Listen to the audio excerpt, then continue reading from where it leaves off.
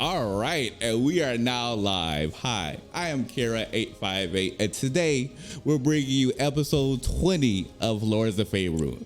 As always, we want to give a huge thank you to the level of support that we receive for the show. Your contribution, it just helps out so much, and we want to give you a fantastic TTRPG experience. So with that, it's time to introduce our sponsors. So we're proud to say that Lords of Faerun is officially sponsored by Die Hard Dice. Die Hard Dice is an incredible company that produces gorgeous dice and dice associated items such as dice scrolls, dice trays, dice bags, and more. And Die Hard Dice has just released a new line of products dedicated to the Die Hard Dice affiliate program. So many of these specialized dice get sold out very soon. I felt the wrath of that right away because I was able to get some Draconian dice. So head on over to Die Hard Dice and use the promo code Faerun, which is Faerun, to get a discount off your purchase. Time to level up your dice. So, Lords of Faerun, of course, is partnered with Untitled Champions. Untitled Champions is one of the biggest D&D games around. And this week, another list of champions have been buffed to help you push past that troublesome wall. If you hit !code in chat, you will receive a free Electrum chest. This chest provides free premium content to help accelerate your progress in the game. So with that, enjoy. And if you like our show and would like to support us, of course, Lords of Faerun has a Patreon. All the funds sent to our Patreon goes directly to the cast, and the Patreon offers exclusive content like after shows, podcasts, Patreon exclusive Discord channels, and even bonus episodes. Your contributions helps us as content creators, but if you're not able to contribute financially but would still like to support us, liking, retweeting, and get the word out already does so much. It truly does make a major difference. And as always, we appreciate what you've done for the channel. So with that said, we're going to jump right in. Our only announcement that we have coming up is we're not going to have a session next week because we have Thanksgiving weekend. So we have everyone to be able to join. If some of you all are coming to San Diego Comic-Con, might want to hit me up on Twitter. I will be there. And enjoying all of the delights. But with that said, we're going to go ahead and introduce our cast, starting with the wonderful DM. Elisa, if you'd like to talk about yourself, who you're playing, and projects that you're working on. Yes, sure. I'm Elisa Pearl. I am your dungeon master, and I am a gamer, TTRPG player, and game master all over the internets. I'm going to be on a panel at SDCC next Friday, and it's called Naming Your Little Geek and Other Things. So it's a panel all about just naming things in your projects, in your life, pets, everything. And so that's Friday. I forget the time, but I will tweet it out again. I think it's like 3 p.m. or something. And then what else? We are 2 episodes into my Call of Cthulhu 4-shot over on Becca Scott's channel. It's called The Calyx Embrujado, and it's going really well. It's very creepy, and it's been very fun to spin that story with those ladies. So definitely check that out. And that's on Wednesdays, 5 p.m. on her channel. And what else? I think it was just announced. Yes, I'm right, because we're talking about it. I'm going to be going back to Zadia for another Dragon Prince Tales of Zadia 3-episode arc over on Fandom Tabletop, playing in their Cortex system. And that's going to be Thursdays in December, early December. Very excited to go back to that world and that system. And otherwise, you can find me here on Saturdays. I was going to say, all of our episodes are up on YouTube. This is episode 20, so you can easily go back and watch any of them or catch up if you're just kind of catching us mid-campaign. So, yeah. That's it for me. One day, I'm going to need to try to find a way in character to get Elisa to sing for us because we saw those chops in the first episode of your Call of Cthulhu episode, and I think even Cynthia was about to cry from the song. It was that movie. I was like, what? I was like, Everyone was like, "Where did this come from?" So I was like, "Let me see it. Let me see if I can get Latreia to ask his adopted mother to sing to him like some type of some type of face song or something." Oh goodness. Yeah, it'd be incredible. Thank you. No worries. So make our way down. We have the wonderful Brandy Rose. You'd like to talk about yourself, who you're playing, and projects that you're working on.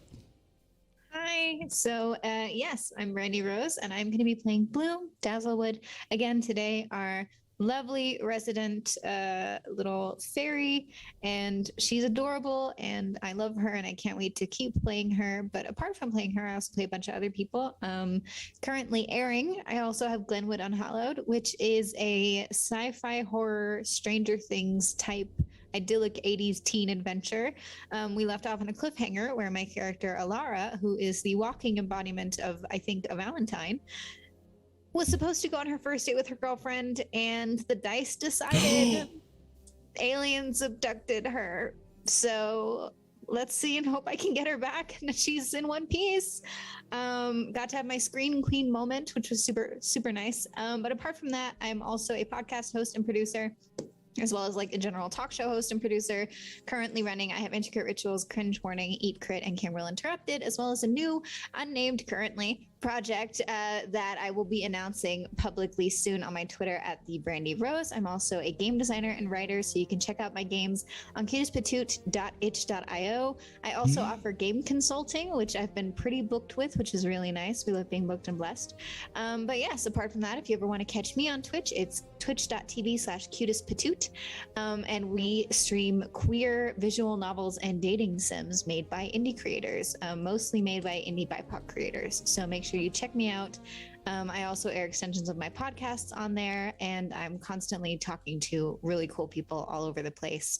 So if you want to listen to that, give me a follow on Spotify. If you just put in Brandy Rose, all my shows pop up. And if you are an interesting person in the industry, feel free to hit me up on Twitter, and I would love to have you on the show in a future season. That's it. That's me. Woohoo! And we also mentioned in a session off stream that we're going to need the Sue roll 20 due to your horrible rolls. Wait, what? I was like, shh, what? Due to the horrible rolls that we had in the session, we were just like, roll 20 needs to go down. They need to go down. But then they made in our session, though, I had nothing but natural 20s. 20s, yes. Literally and 5. In the session before that, I had literally nothing but failures. Yes. So we were like, okay, the karma has been balanced. We do not need to bring them to court. we're good to go. High roll 20. Don't take them too seriously. High roll. Make our way down. We have the wonderful clients. If you'd like to talk about yourself, who you're playing, and projects you're working on. Hello, hello. I am Glyza. Hi, nice to meet everybody again. I am a person with many hats, a podcast host, a writer, a TTRPG player. My podcast is called Classical Adventures for One. It's a podcast that delves into classic books and the impact that it has in all of media today. I'm still working with a lot of different podcasters as well for voice acting on both Classical Adventures for One, where we will be exploring Poirot Investigates and Agatha Christie. All the recordings are done, just art stuff is getting it together. I'm so excited to share it with you. In the meantime, check out season 1 where I talk about Alice's adventures in Wonderland. I'm also working on a horror urban fantasy audio drama where there will be nightmares that have come to life, and the show is going to be called Nightmare Hunt. I'm really excited to show you what I've been working on. Recently, I will be writing on the Geekly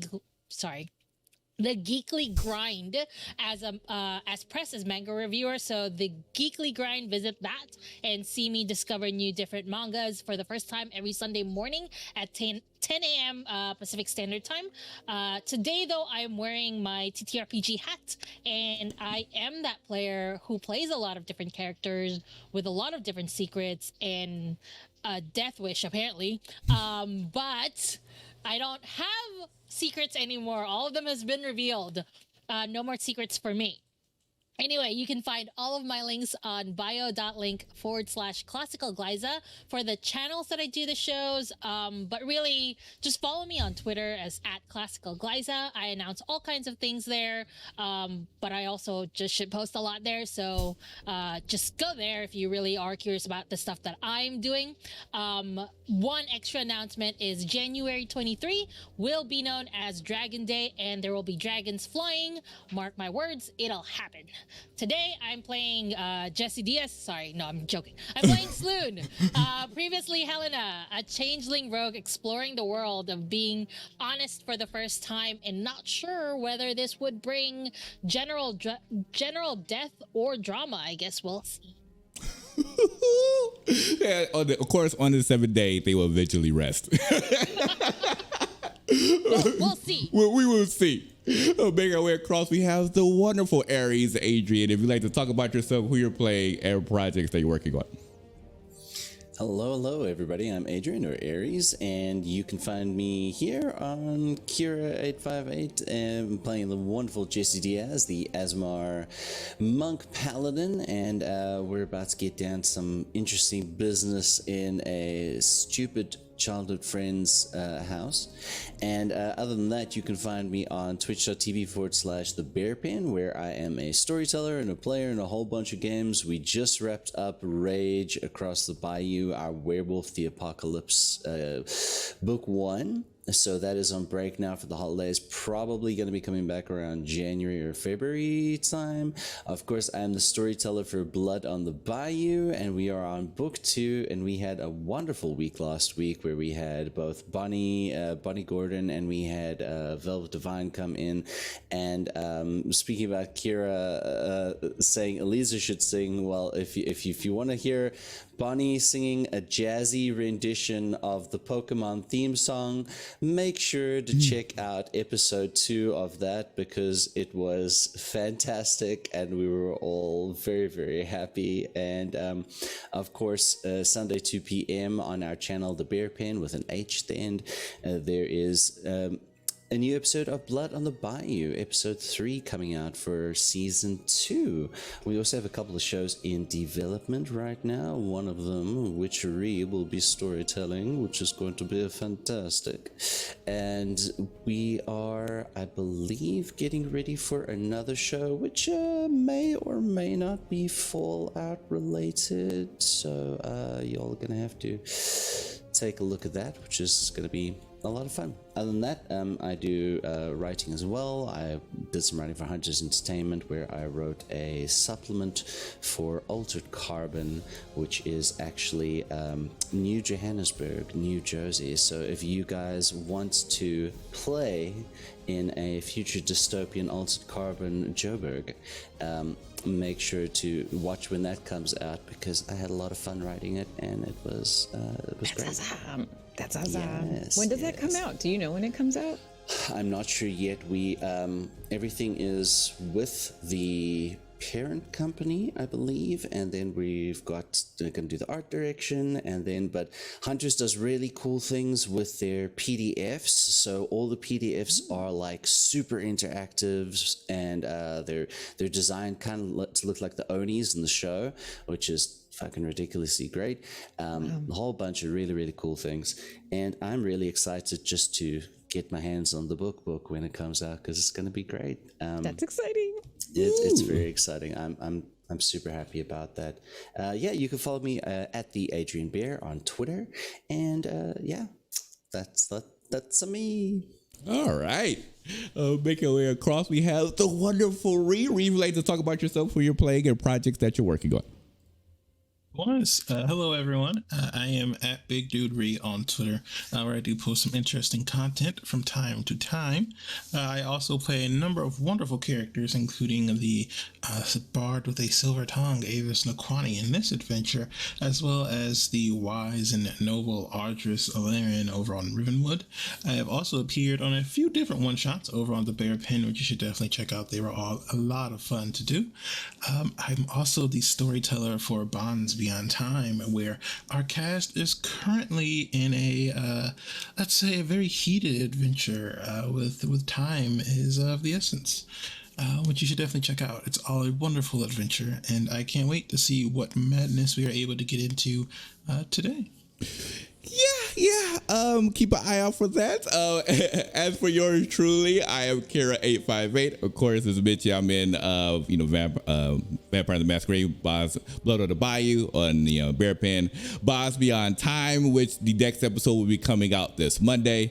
We have, of course, Lords of Faerun, Riverwood Academy, which will be coming out next Tuesday. And there's a few new projects that will be coming out in the near future, starting from next year, most likely. Of course, is Gods of Color, which we were recently just talking about. So where someone had so many nat 20s before by a single person I've ever seen in my life. Like back to back, like 6 in a row. Absolutely incredible. Nevertheless, like I said, of course, we definitely be debuting that series relatively soon, as well as a couple other projects that will be coming out next year. So keep an eye out. You can follow all of our content on our Twitter at The Cookout TTRPG, where we also have giveaways, such as a Die Hard Dice $20 gift certificate giveaway. So with that said, those are all the announcements that we have going in. So we're going to jump right in and bring you our intro video for the big 2-0 of Lords of Faerun.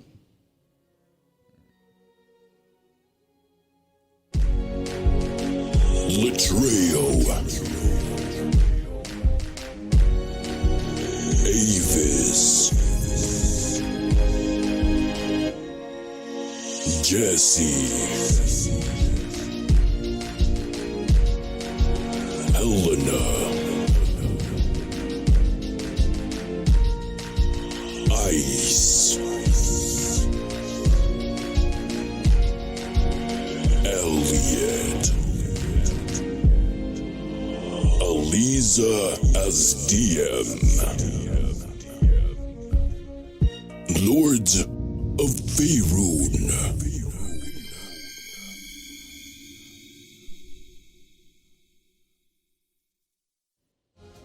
Okay. All right. And we are now back. So with that said, Aliza, take it away.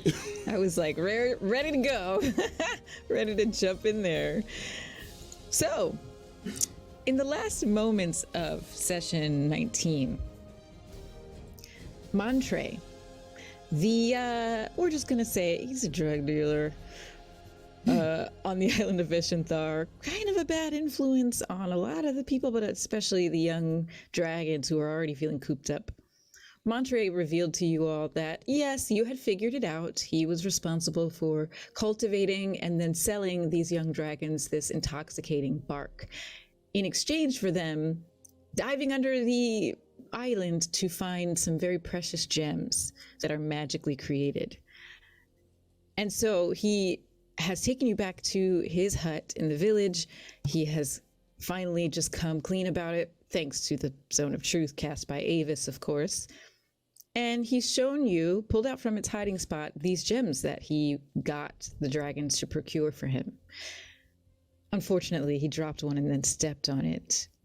And this billowing smoke came out from under his foot where the gem was broken. And in front of you stand this swirling mass with a little bit of the impression of a face, but it stands there about 10 feet tall, just almost hitting the top of the hut. And it just kind of stares, breathing down on Montre, waiting. Montre just steps back a little bit. Hello? And the entity says, "What do you wish?" Montre looks over at you all and says, "What do I wish? What do I wish? What?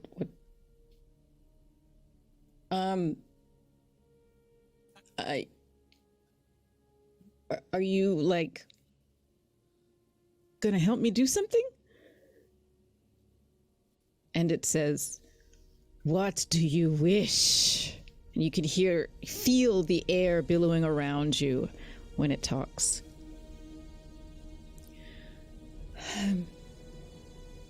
I don't know what to do here. What is going on? What is... This is why you should not trifle in magical items if you don't understand what they do. I've heard stories of similar items. It appears it summons or conjures something from one of the planes. Doesn't seem to be outwardly hostile to you, at least at the moment.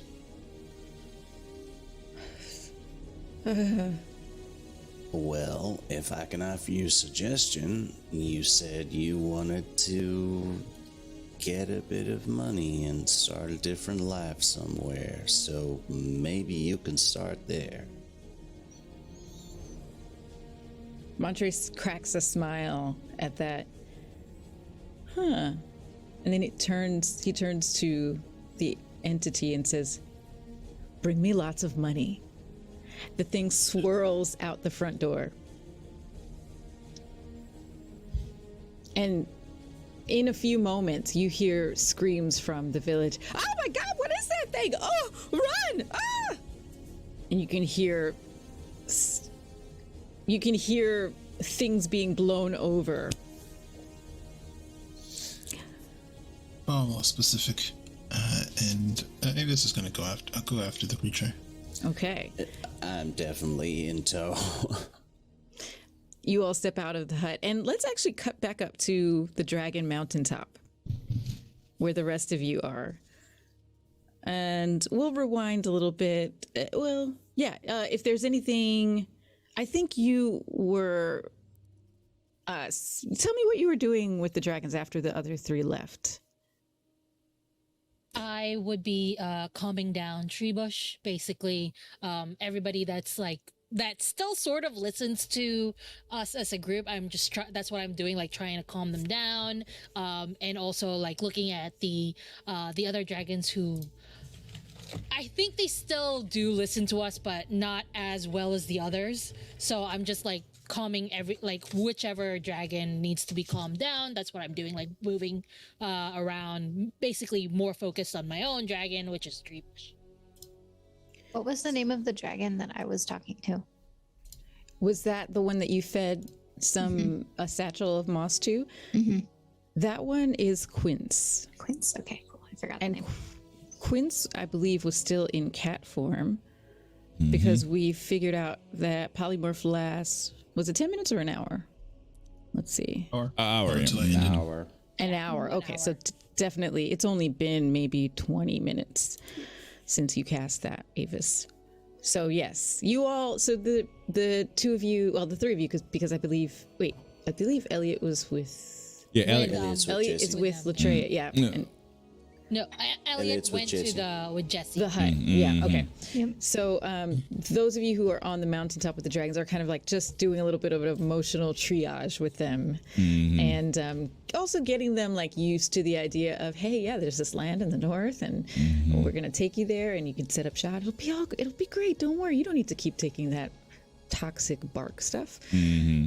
When all of a sudden, down the mountain.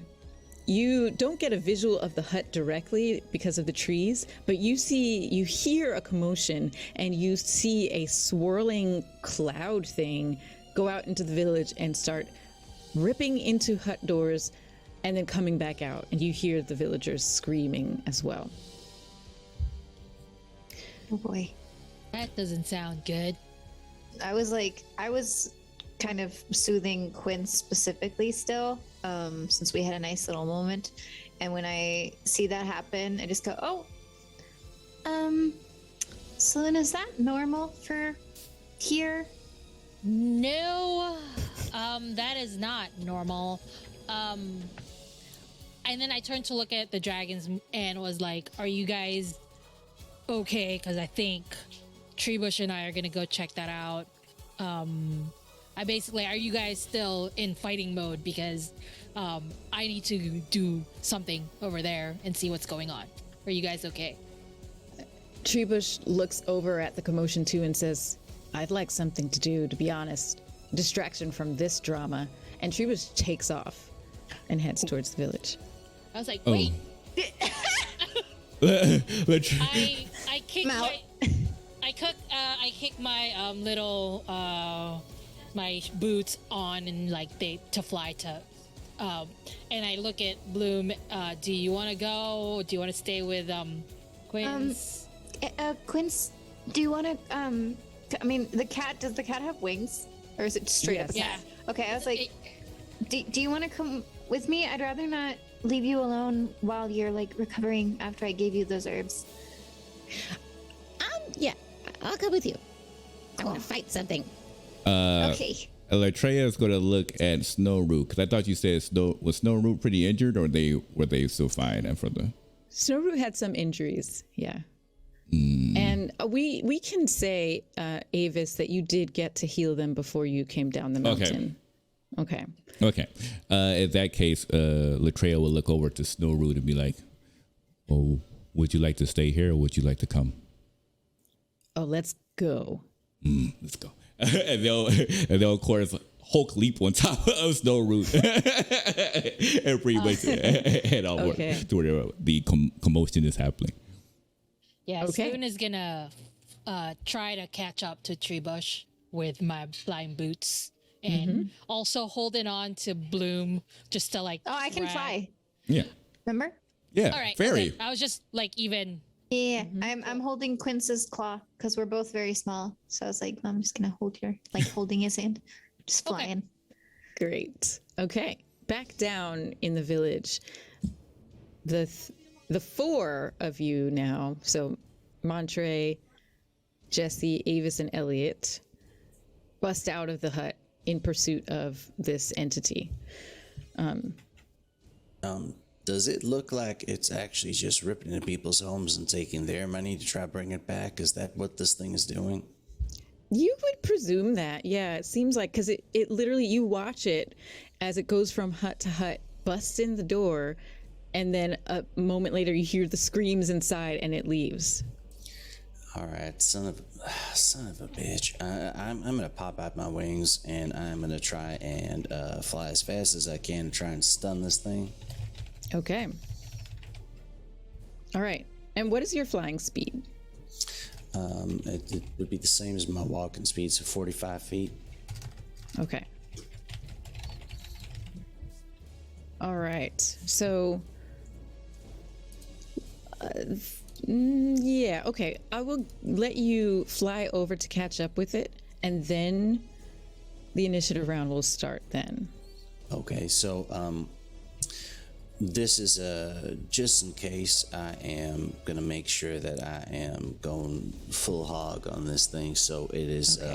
It's not just the wings that come out. I have got a sort of stormy colored radiant-ish glow that's coming off of me, and my eyes are the color of like an ocean that's approaching the storm, and then there's little bits of like wind and lightning that sort of flick around my aura while I'm flying towards this thing as fast as I can. Okay, and then the rest of you, Avis and Avis and Elliot. Avis, are you also running after? I'm presuming you are. I'm gonna cast polymorph on it. Okay. So let's say by the time Jesse gets there, you are casting polymorph, and I would like to make this an opposed roll for it. Sure. There should be a spell save DC. Yeah, spell. Yeah, was it charisma saving throw? I think for polymorph, or was it? Wisdom normally. Wisdom. Wisdom. Okay. All right. Okay. And what is your spell save DC, Avis? 19. Well, geez. I'm. Oh. I do what I do. That 20? I rolled a 19 on the die. Oh! Die Hard Dice coming in for everyone now. Thank you, Die Hard Dice. First roll of the game.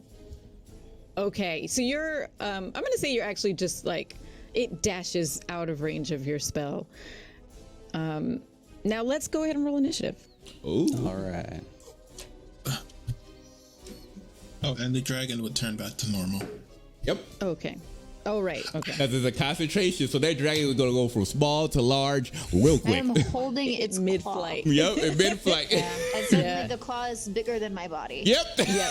And I'm like, That's exactly what happens. And Quince, looks over down at you and says, "Hello." Hi, you're very pretty. Thank you. No one's ever called me pretty. Well, they must not have very good eyes. So I got a 17 in my initiative. All right. With a natural 1. Okay. Ooh.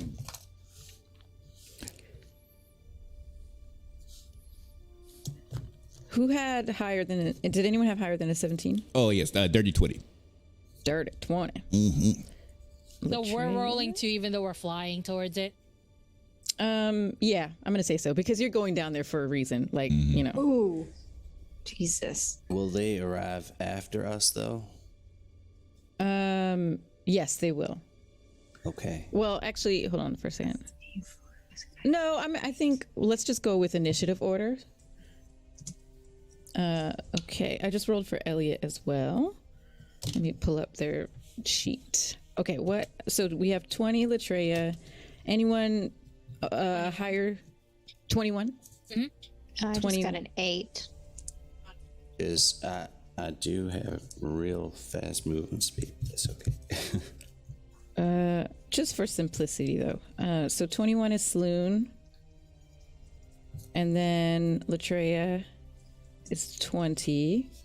And then it sounds like Jesse is 17. Yeah.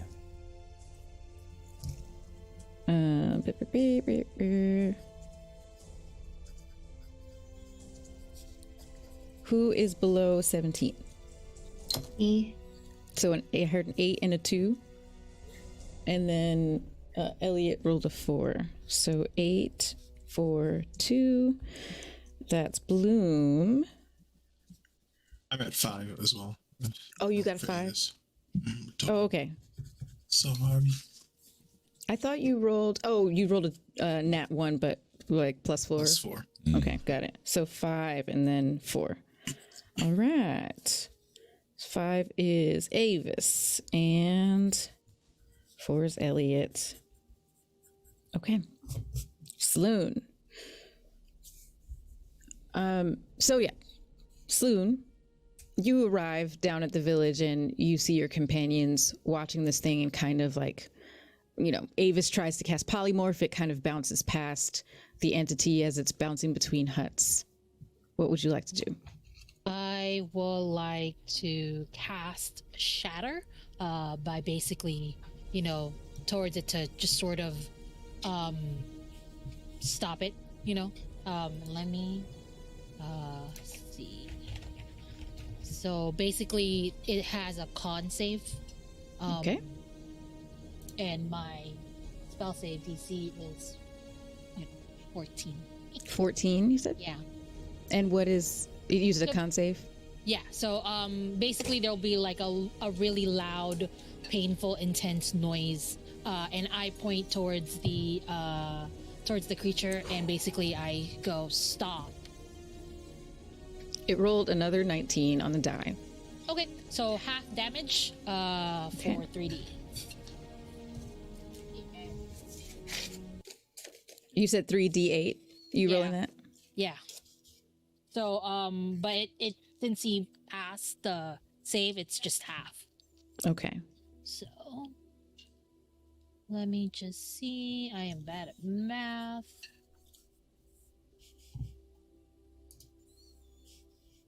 So it's just 10 damage. Okay.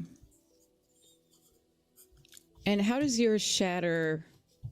So Is it? It's a sound, right? It's a thunder damage. Basically they're just like it doesn't really stun them or anything, but it does what I basically it's just a really loud ringing noise that would catch its attention. Okay. It does pause when you center this blast of thunder sound towards it. You see it disrupts it momentarily, but then it keeps going from hut to hut. Oops. All right. Wrote that damage wrong. So minus 10, you said, right? Yep. Okay. All right. And is that your action? Anything else? I'm gonna take a bonus action to dash to become closer to it. Dash closer to it? Yeah. Okay, cool. All right, Latreyu, you are up next. All right, so Latreia is going to head from off their dragon, crack their neck from side to side, and bang their chest as you see their bodies start to grow from their medium size function to their large size. As they use Giant Might as a bonus action to go towards them. From there, they don't notice them attacking anyone, but just stilling.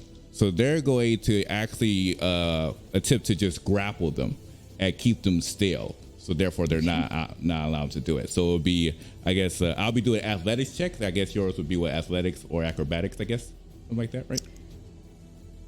Oh, I just realized something. Sorry about that thunder damage. Ew. 1 second. No worries. Did I do a boo boo? Oh no. No, I don't think so. I think it just has resistance to it. Oh, okay. That's not so bad. Yeah.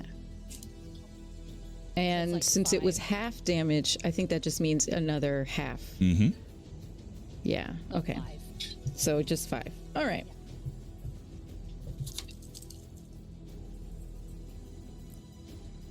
Okay. And so, I'm sorry, can you repeat that for me, please? Sure, no Kira? worries. So Latreia essentially grows to a large size using Giant's Might as a bonus action, and they're going to rush forward and essentially attempt to grapple them, which prevents them from being able to move.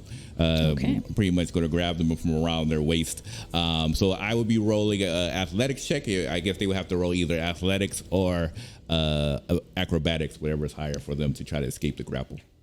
So, I'm actually going to say that you run in to try to tackle this thing. Mm-hmm.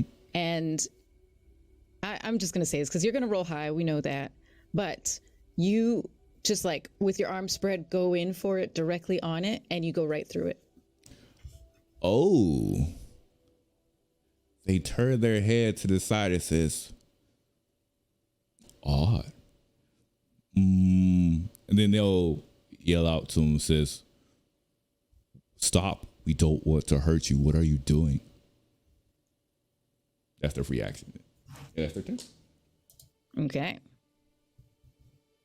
It does not respond to you and it keeps going. Okay. Jesse, you're up next. All right, so I'm coming flying in, and as I am flying in, I am reciting a prayer to the mother, and I'm going to cast Divine Favor on myself as well, which gives me until the spell ends, my weapon attacks deal some extra radiant damage. And I am going to go in, and I'm going to try and hit it twice with my spear. Okay. See what we can do, and if I hit, I will try and use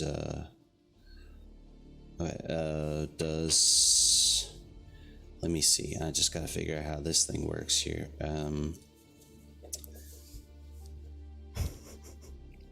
Laughing at the comment in our chat.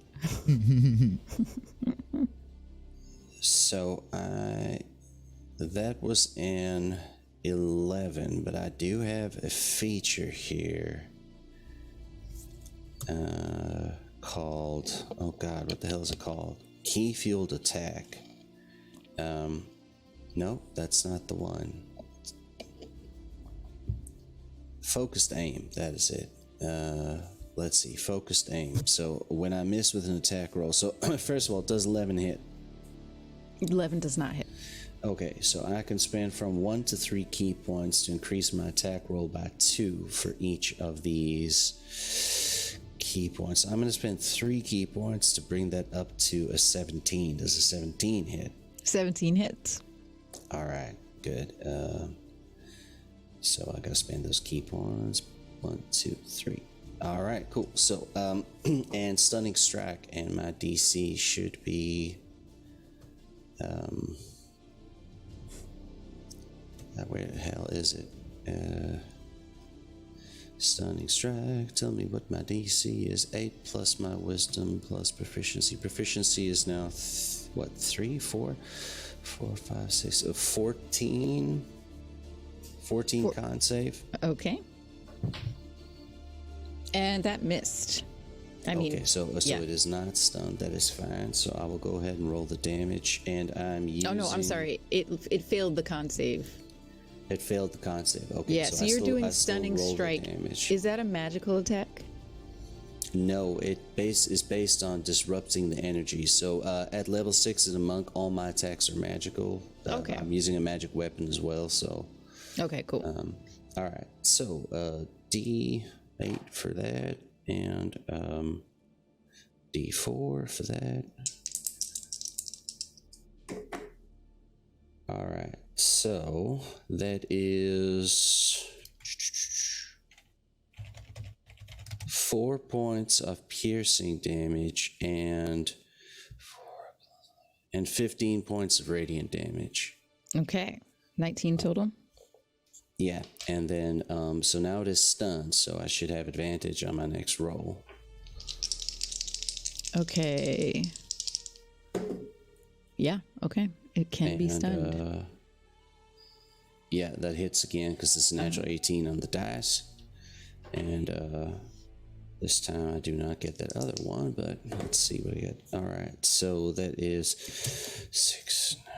9 points of damage total for the second strike, and then I am just hovering in front of it, but it is currently stunned until the start of my next turn.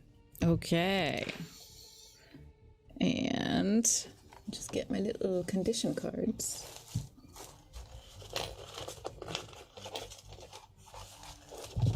Ooh, stunned is right on top. Look at that. Like you knew it was coming. Yeah. I usually have them alphabetical order, so that is kind of odd that it was right on top.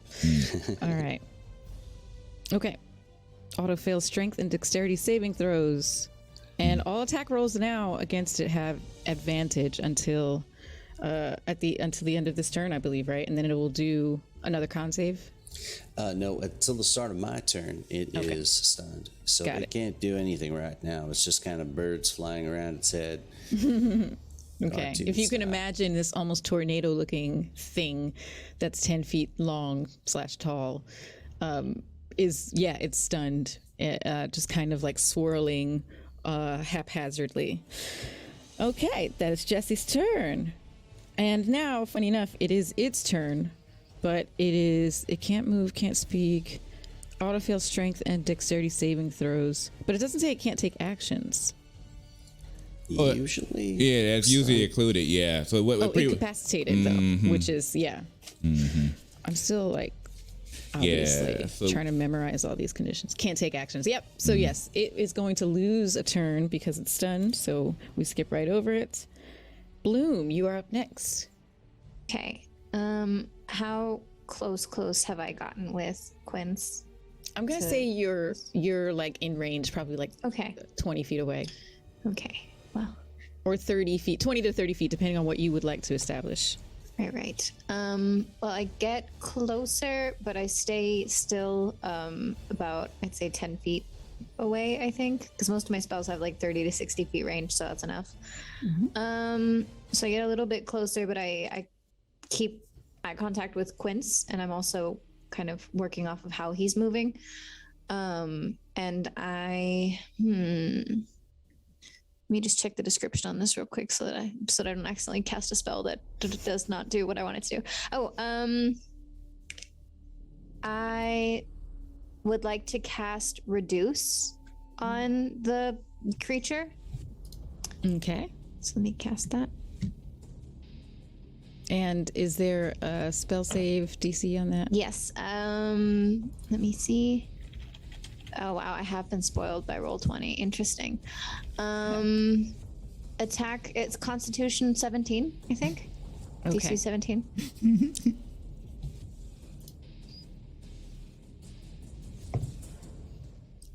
Did not make that save. Ooh, okay. Let me see. So according to what it says, I can cause it to grow larger or smaller. Choose something that is not worn or carried. Yes. If the target is unwilling, it makes a throw. Everything it's wearing and carrying and touching changes size with it, any item dropped will return to normal size at once. And it's halved in dimensions, and its weight is reduced to 1/8 of normal. So if it's large, it goes to medium, and if it's medium, it goes to small. Okay. And you said it's halved. It's halved. Yes. Yeah, So the target size is halved. Yes. Got it. Okay. All right. So you see this as Bloom casts her spell on this entity, it does shrink down in size to about 5 feet. Still almost taller than me. So she's like, whew, okay. Boy. Oh, also it says that target's attacks deal 1d4 less damage while it's reduced. Okay. And then she looks at Quince and goes, does this happen here a lot? No, I've never seen anything like this before. Cool. It's just lucky then. And that is Bloom's turn. And Avis, you're up next. This is going to turn over and stand between it and everyone else. Relax, everyone, calm down. And then he will turn to the thing. In Primordial, he will say, "It's time for you to stop. You no longer have to follow those instructions. I understand your predicament, but it is time for you to settle down." And I'm trying to persuade it to stop moving. Okay. What are you gonna roll for that? You're gonna... Can I roll persuasion for that? Mm-hmm. Yes, that makes sense. Well, we're getting at least a 24 at the bare minimum. I mean... Yeah. Well, I rolled a 9, so that's a 23. 23, yeah. Jesus. Okay, so you say these calming, soothing words to this thing that is stunned still, and it has been swaying, and now it's also shrunken to 5 feet, half its size. But you said it in Primordial, you said? Mm-hmm. Okay. You don't, just from the, impression of a face you see, you don't, see any type of recognition of your words in its face. But it does seem to respond to your tone. And it kind of settles down a little bit. Instead of straining against being stunned, it kind of is slows down its movements. And would you like to do anything else? No. Okay. All right. And, Elliot is next. I think Elliot, actually, seeing that Avis has just said some words that seem to be effective against it, is going to pass their turn and just say, I think you might have gotten to it, Avis. Let's see what happens. And now we're back at the top of the round. We are technically still in combat, but, it all depends on what you all do now. So, Sloon. This is the scene you see in front of you. The cloud is half size. Oh, also, by the way, I didn't say this out loud, but the money it's been stealing is swirling in its cloud as well. It has appendages, but it's all made of air. So it's kind of just using the swirling air of itself to hold the money that it stole. Sloon, what do you do? Oh, are you muted? You might be muted. Sloon, because I'm just excited. Sloon, I was just so excited. I was like, I hope I can still do my turn. I'm gonna cast Phantasmal Force, where the creature will then see this giant sort of... It's not because there's no vacuums in this world, but it's like a thing that sucks air in and pushes air out. But it's like a big thing that sucks the air in. That's what the creature sees, and there's no save against it until it's its turn. But what happens is this big fan that only it can see sort of sucks it in, and now it's stuck inside of this bag that only I and the creature can see, and it's just like caught in it. It can't escape. It's just trapped in that big bag of like vacuum thing. Okay. And That is what Sloon does. okay, so you trap it in this bag, and probably it sounds like it would have auto failed, any type of con to any type of save to get it out of there, because strength and dex are auto fails right now. So, yeah, you have it trapped in this phantasmic vacuum bag. Yeah. And I think at this point I will say we are dropping out of combat. Elliot nudges Montre, who's just been standing kind of on the sides, like wide-eyed and looking scared.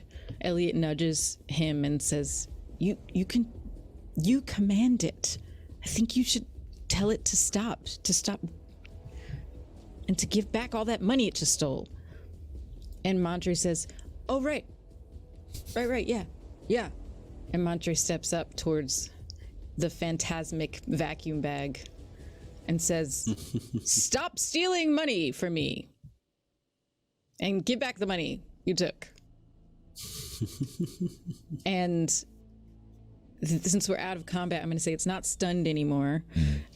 It strains against the bag, though. What happens next, Loon? So basically, it can take one action to look at it and see, investigate the spell. But unless he does that, he thinks he's stuck in that bag that only he can see. Oh, I see. So it's like a It's stuck inside his mind, so nobody else can Got see it. it except for Sloon and the creature, and it's stuck there, and it's like Mr. Mime sort of situation. yeah. So you all But- just see this like shrunken down air creature pushing against nothing, basically. Okay. And I'm gonna say let me see, what is its intelligence? Yeah, no, it's not gonna be smart enough to realize that it's not actually trapped. But yes, that is. Yeah. What is it doing? Oh, it's trapped. Interpretive dance? I'm not sure. I would like to cast Dispel Magic. Okay.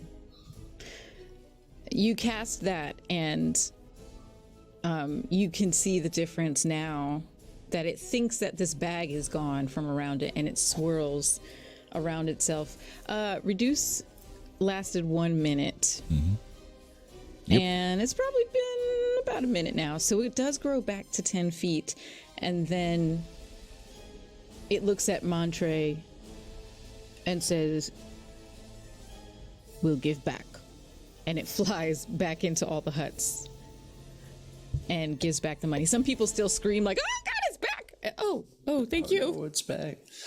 That is my bad. I thought this was like a genie kind of situation, if you know what I mean. Like he'd get a wish or something, if you know. But I didn't think it was just an air elemental. But Elliot says, I agree with you. I think it was very unclear. It said, what did it say? Something about like, what do you wish, or what do you? what do you wish? What is your wish? I understand. And Montre says, I'm glad you don't think this was my fault. Right. It was absolutely your fault. There's absolutely no interpretation of this that is not your fault. Oh. Were you the one who gave the dragons the bark? Yes. She flies up into his face. He like runs back. She will continue to fly in his face until you- they are like this close. Yeah, he backs against a tree, and now you have him there. Takes Sorry, a man. tiny little fist and knocks it on his head several times and goes, "What is wrong with you? Ow, I'm sorry. Oh. Don't do that again, or I will shrink you much worse than I did that thing. Understood?" Yes, ma'am. I've never seen her angry before. And she flies back to Quince and like pets him on the head and is like, "Now that you're bigger, do you feel okay?" I feel great. That sachet, that was really nice and soothing to my stomach. Thank you. I've got more where they came from. Yes. Lynn is rolling around laughing at everything that has just happened. First, the trapping in there, and then the little one hitting the drug lord. It's hilarious to her. I don't know where Treebush is, but she is laughing, just rolling around in the air. Oh, Treebush is nearby, also watching everything and chuckling. And what do you two find so funny? I think it's hilarious. I have no idea what's happened, but seeing Bloom just hit Montre, it's just fantastic. It's perfect. It's a perfect thing. Well, you talk Frith, you get hit. Exactly.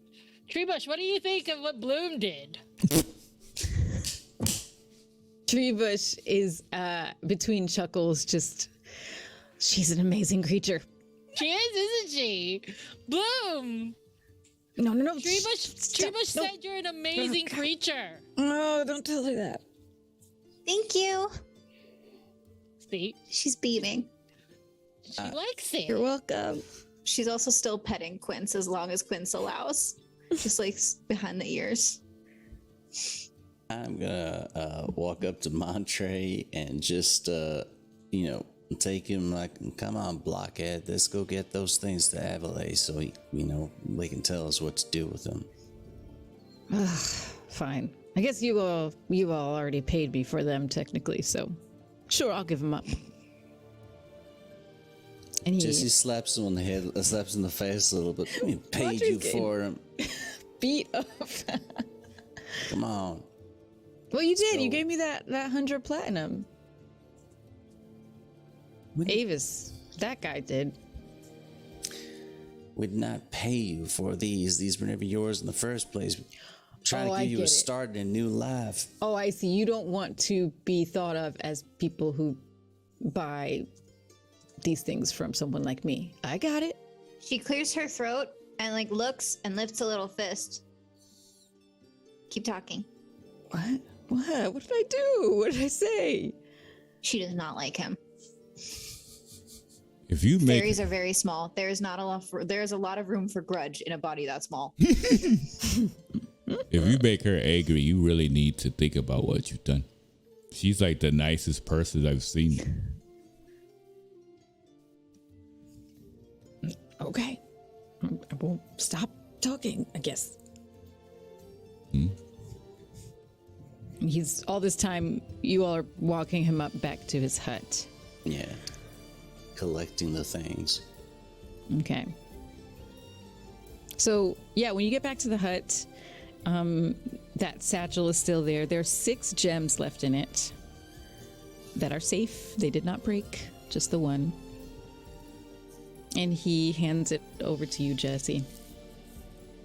Well, let's go apologize to the keeper of the island. I gotta apologize too. I am 5 seconds away from dropping you in the ocean with a brick tied to your leg, fella. I mean, we're getting you off the island. Just apologize. Okay. And he looks at Bloom. Okay. Whatever you want. She cracks her tiny knuckles. Okay. Sloon walks up to Bloom and is like, yeah, you show that man. Bad man, right? Just the worst man. Yeah. And she holds out a little fist but it's really the size of like 2 human knuckles, this tiny little fist to fist bump Sloon because she saw somebody do it once. And then So she feels Sloon is appropriate. like, this is fantastic. And like, does the Tiny little fairy bump. Just the force of a normal sized person's bump does send Bloom back a little bit though. Just like an inch or so, just like, oh. Be concerned about the 2 of you. Oh. Yes, why? I'm just introducing this beautiful Bloom to our, happy group dynamic. Right, Treebush? God. Poor dragon.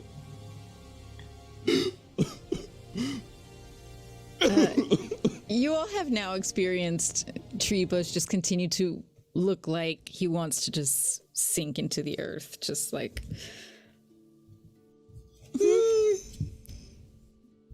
Well, karma has a way of balancing the tables eventually, so be very careful. I don't understand. Amazing. Latreia kind of like looks over and they say, "So we're good now, right? Should we check on the dragons?" Yes, of course. I believe most of the problems from here have been settled, more or less. She pets. Well, minus the cleanup. She's just petting, and then she gives Quince like a little forehead kiss, and is like, "You did great. You took the satchel. You were so brave. You did great. I'm proud of you." Thanks. Yeah, thank you. If you don't mind, I'm gonna get back up to the mountain, and you just let me know when you all are ready to leave this place. I think we're all ready when you are. Sounds good. And he lifts off and flies back over to the other side of the island. Okay, so I heard there was a plan to return the gems to Avile, Yes. along with an apologetic Montre. Would you like to Yes. play through that scene? Yeah, I guess.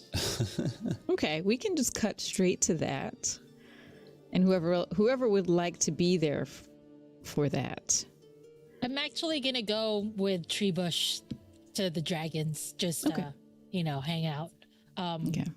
I've already had my fill of talking trees earlier, so I'm gonna be like, you guys deal with that. I'm gonna go with Treebush to the dragons and possibly apologize for my behavior. So Bloom would like to go with Yes, Sloon let's if Sloon doesn't mind, mostly because she doesn't want to be around the annoying, horrible man anymore.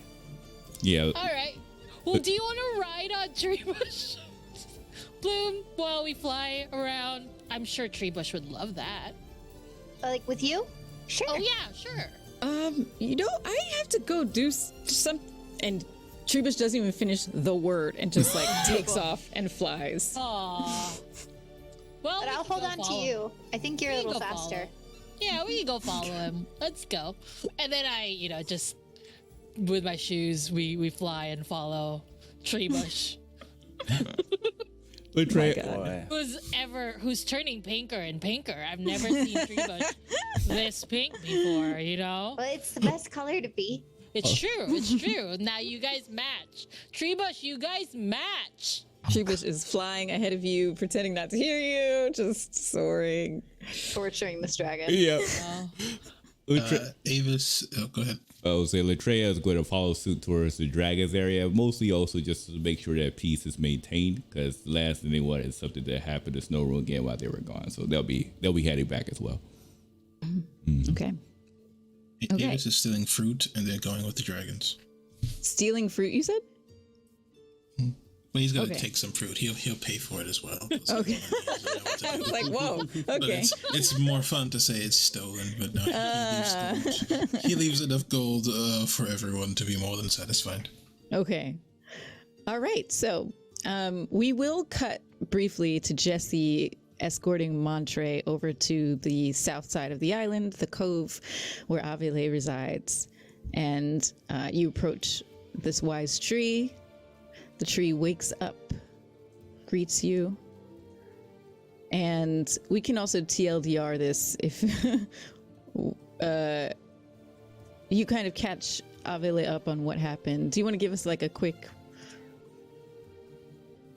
summary of what you tell Avile? Well,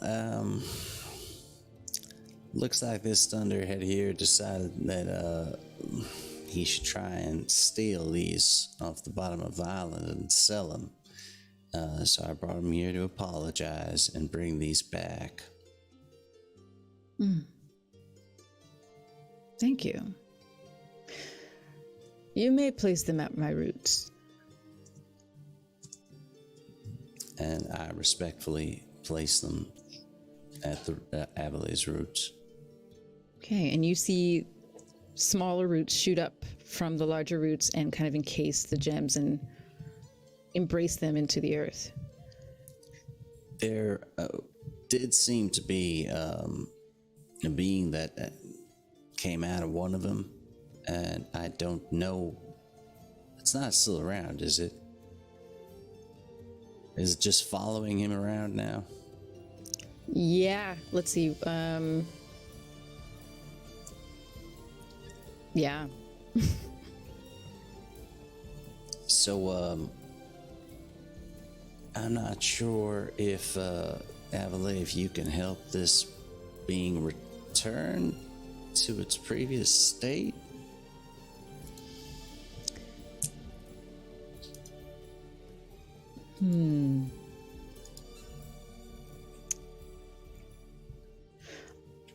Avalay looks at Montre and says, "You must release it." And Montre says, I release you, whatever, I release you." And the elemental swirls. And Avalay's branches kind of reach out to it and disperse it into the sky. Thank you. What do we say, Montre? Thank you, and I'm sorry that I stole those from the island. Sorry. Jesse will give him a bit of a side hug and kind of like ruffle his hair. We'll get you in Presper in no time. Don't worry about it. Yeah, I need to. Yeah. No offense, Avalay. Just, think this island is too small for me.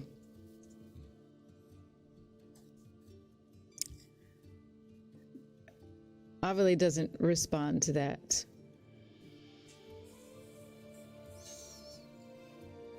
Just Well, kind of.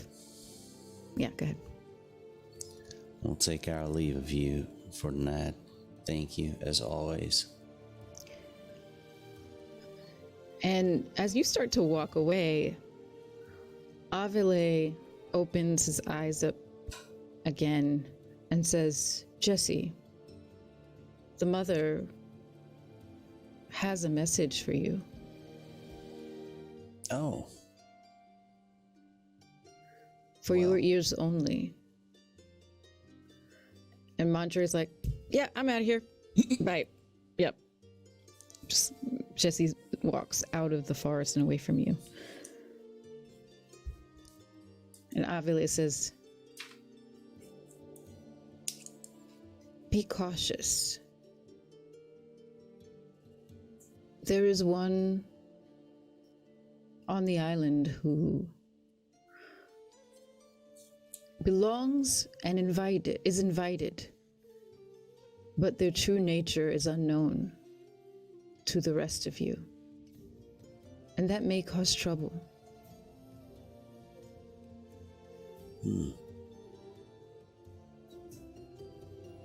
That is all she will tell me.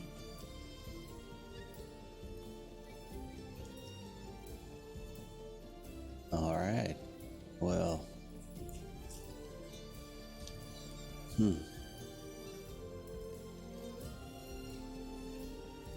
I'll have to tell everyone else. Thank you. Be well, my child. You too. Okay, and with that, yeah, Jesse is gonna head back home to his wife and his kids and have a lovely time. Okay. And as the late afternoon kind of sinks in, we will take our break now and come back and see what else happens on the island of Vicinthar. Woohoo! All right. Well, once again, we hope you are enjoying the show. Of course, if you like what you're seeing here and would like to talk about the campaign, go ahead and join our Discord, which will be located in the chat below. We have a section for spoilers as well as for non-spoilers. We have for artwork, also our announcements for when the YouTube VODs are placed there. And we would love to talk to you about your ideas for the characters, the plots, and everything that's happening with the Dragons of Vasa. So we're going to be on break for about 10 to 15 minutes, and we'll see you for the second half of Lords of Faerun. Farewell for now.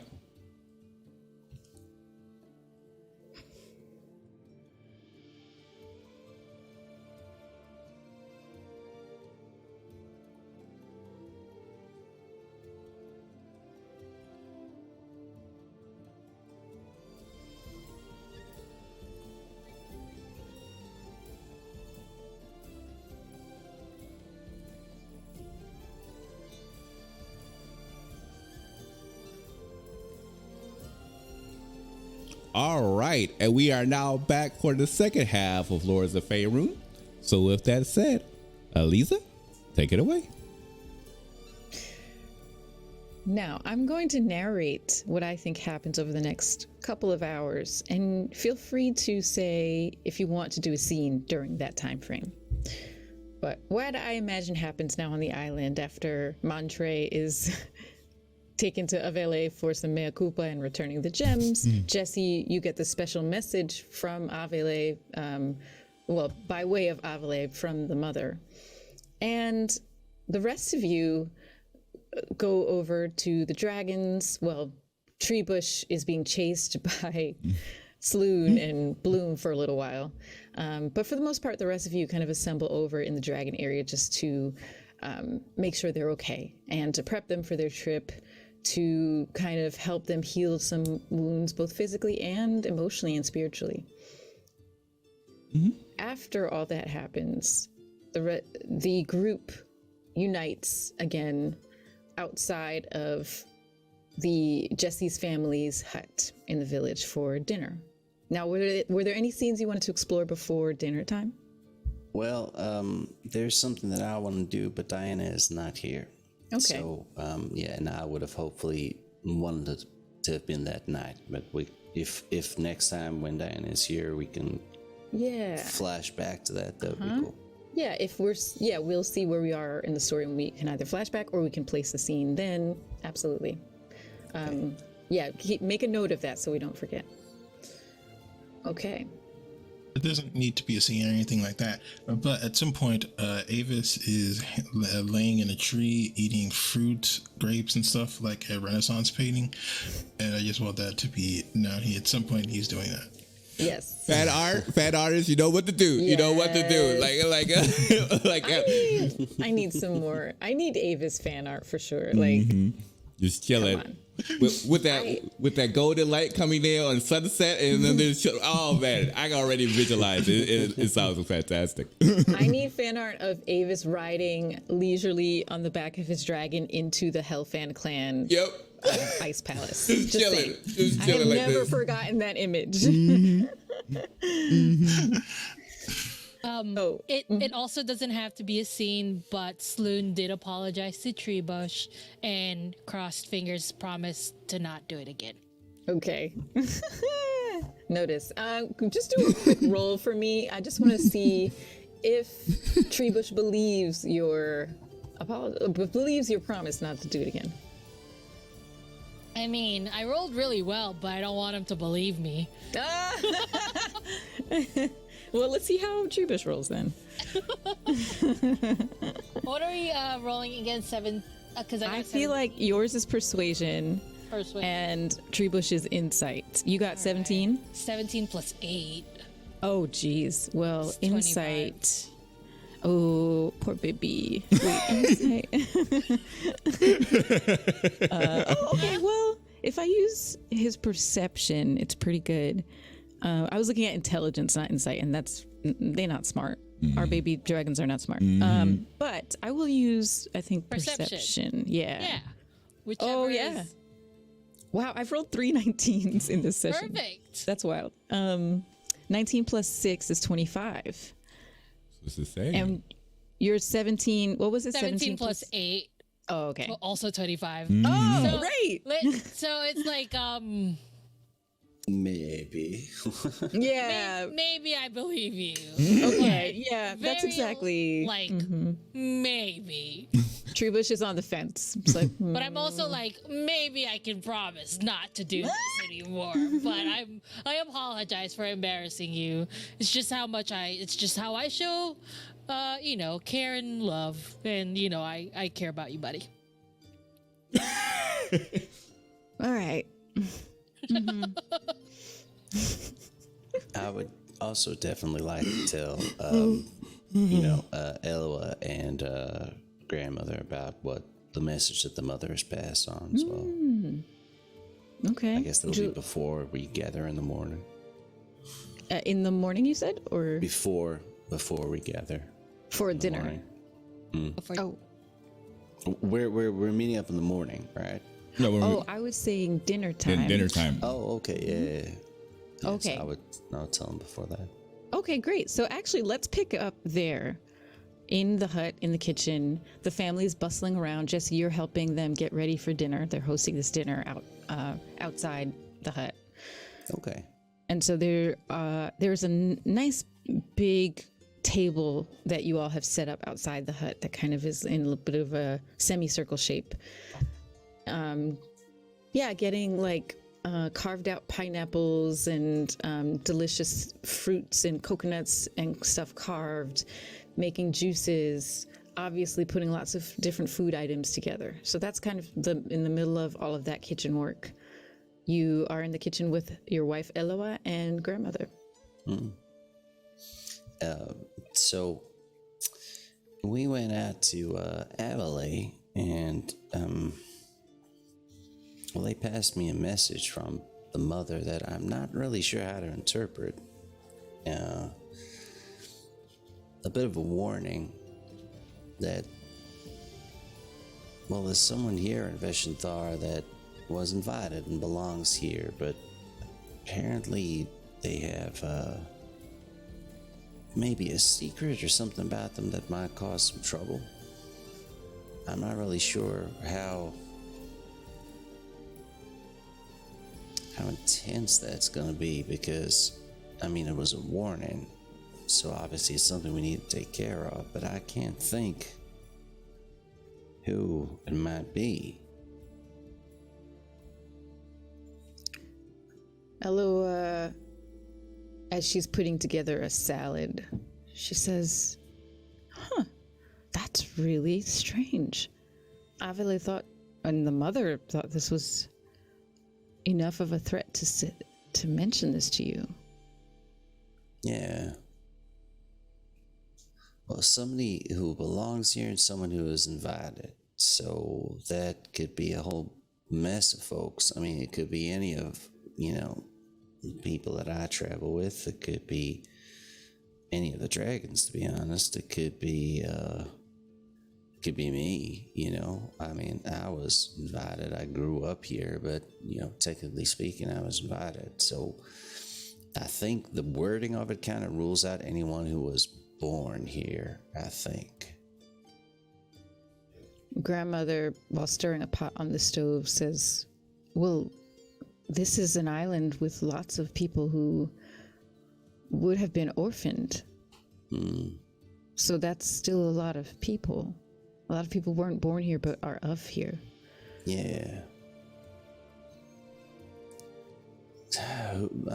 Who's been off lately besides myself? Like off of the island? Only really Lomesh and Siva with their regular visits to Presper. Okay. Well, maybe that's somewhere to start. Maybe the situation in Presper or with the Sohagan is not as copacetic as they want us to believe, or maybe they think they've got it handled, but really they don't. Eloa seems a bit worried now. This conversation makes me nervous, Jesse. Hmm. Everyone here is family, and I don't like the thought that I can't trust someone who's here with us. Yeah, I mean, I don't know if it's a message necessarily about trust or not. I mean, it's a warning, so I don't, the wording was that they belong here and they're invited. So if somebody belongs here, that I doubt they intentionally mean harm to the place, right? So I think it might just be something that either somebody is not thinking is a problem, but is a problem, or maybe somebody has been coerced somehow, like magically or something. I don't know.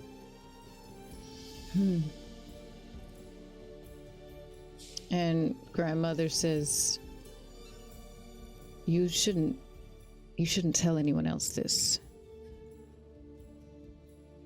We should just keep this to just us for now. Okay. Because if you're trying to figure out who might be magically coerced or whatever, compromised in some way, then you're going to need to observe them without them having their guard up. That's true. That's true. And, if either of you very skilled people have any ways of, like seeing if anybody's got a bit of hocus pocus on them, that'll probably be useful too. Eloa says, I'll think about that. I might have something. We can see at dinner. All right. And just gives her, a kiss in the head, and sort of gives her a big bear hug. I don't think we need to worry too much. We'll figure it out, whatever it is. Okay.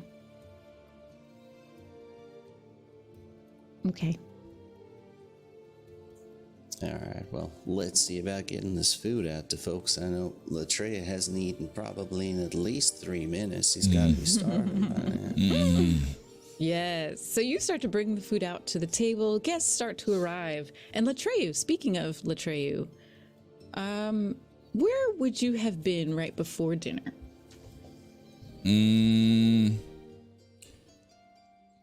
If we're all gathering back at the dinner spot, I think they would have just been waiting outside because the house is probably a bit too small, a bit too cramped. So they probably would have been just relaxing outside somewhere, just like observing things, but nothing crazy. Okay. So while you're relaxing outside, I want you to do a perception roll. Okay. Perception check. Or should I get advantage with Nice. much better? That is a 21. 21. Oh, yeah. So from where you're resting outside the hut, you have a pretty good view of that same beach where all the formal dinners and events and weddings and things like that happen on this island. That beach on the east end of the island. And from where you're reclining, let's say you're in a hammock. Is that sound good? Maybe a tree. You said you were resting. Oh, yeah, you're in a tree? I Okay. guess a tree, yeah. But I can't see the bed. I would also love to place Avis, since you're in a tree, Avis is nearby. Y'all are like hanging out in tandem trees, just chilling. Yeah. That's perfect. And whoever else would like to be nearby can be here as well.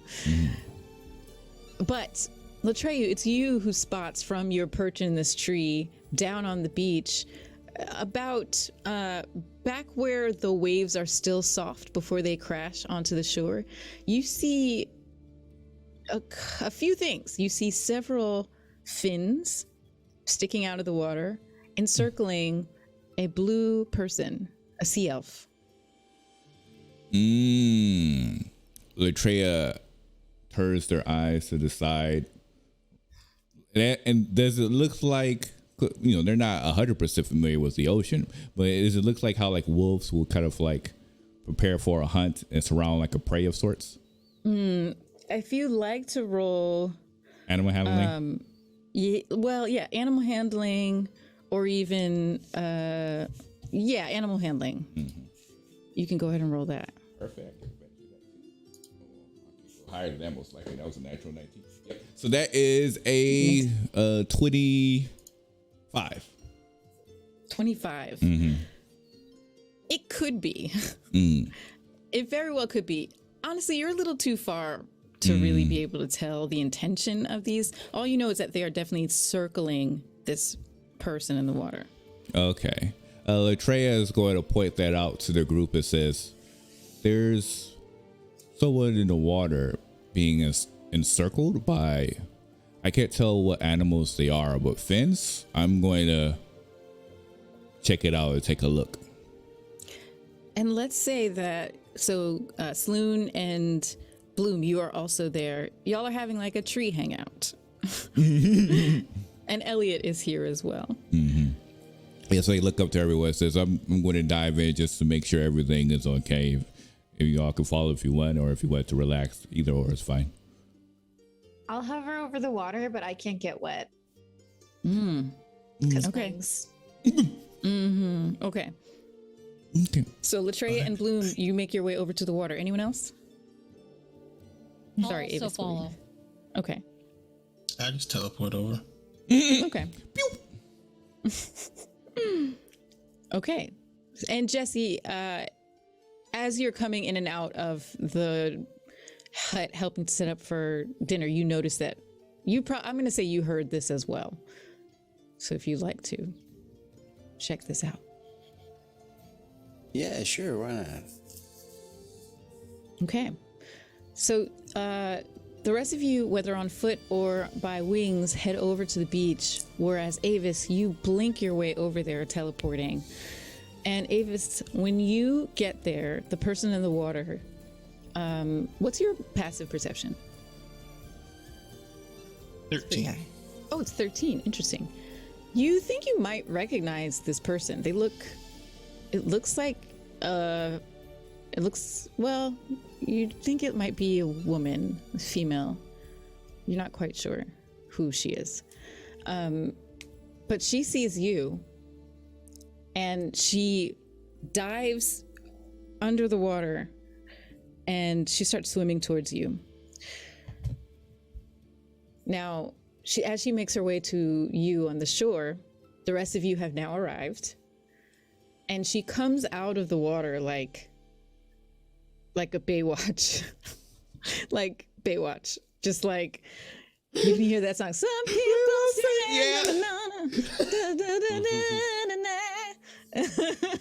she's like dripping with water. Seaweed also like coming off of her body. She's wearing like a bathing suit that is like partial armor.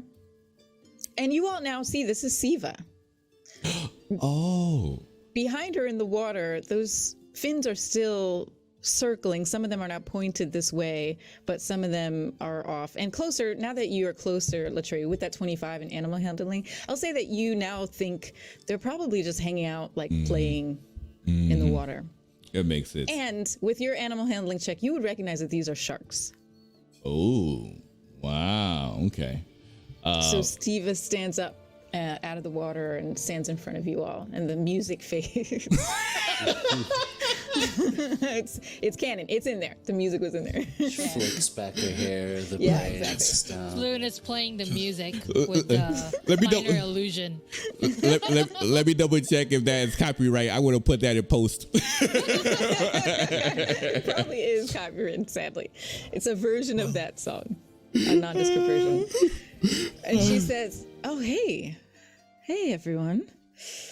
Well, they certainly know how to make an entrance. It appears that Latreia was a little concerned for you, though it looks like you're all right. Oh, yes. The sharks love me ever since I was a little kid. Just would play with them. Do you wrestle them? Sometimes. I mean, wait. Just wrestle. Just to be clear. Yeah. Can I roll an insight? Because I don't know this person. Sure. Yay. Okay, let's see.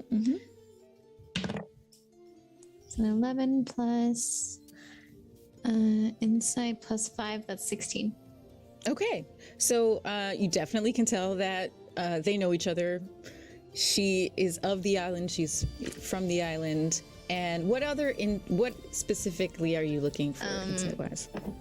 Basically, I wanted to do a vibe check of like, is this like a cool new friend, or like what is the vibe I'm getting from the person? You're getting someone who's very self-possessed and very confident and strong. She's like 5'11", very muscular. She's a warrior, but you've caught her in her playtime, so she's very relaxed, and you're getting a good vibe from her. She's our own personal Cena. Yeah, she's like, yeah. God, I want to cosplay this character. I need more muscles, though. I have a crush on her, too. That's fair. So Bloom Bloom is a just crush like on her, definitely. Bloom like Who's waves and is like, "Hi, nice to meet you." Oh, I'm Bloom. hi. Oh, I'm sorry. I'm Siva. Nice to meet you. Tiny little hand. Here. Where's your brother at this morning? Afternoon? What time are we at now? It's like, Evening? yeah, it's probably 5 p.m. now. Just before Where's your dinner. brother at? Oh, I don't know. He's probably just home, relaxing. We'll be at the dinner tonight at your house. Good. The Diaz's. This should be a good time. I mean, it's always a good time. Yeah. Food, people. It's good. How do you play with them? With the sharks? Oh, well, they have these like little games they like to play, like chase the tail. I don't have a tail, so they use my feet. So we just swim around each other in circles trying to catch each other's tails. That's one game. And then what else? Sometimes they like it when I make hoops for them out of seaweed, and then they like fly through them. Very cute. Can you show me that sometime? I've never played with sharks. Yeah. How well do you swim? They look at their physique and they're just like, decently. Okay. Sure. There's this thing that she does sometimes where it's kind of like you pet them on the nose a little bit, and it's almost like they get like hypnotized and float upside down for a bit. It's the cutest dang thing you've ever seen in your life. Wow. I would like to see this. Most of my animal interaction has been with the forest, so this would be a good experience.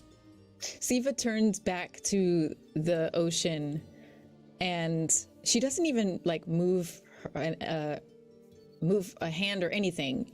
The sharks start approaching, and they get into the shallow water. Wow. She's standing. She goes back to stand into like 2 or 3 feet of water, and now the sharks are like around her legs.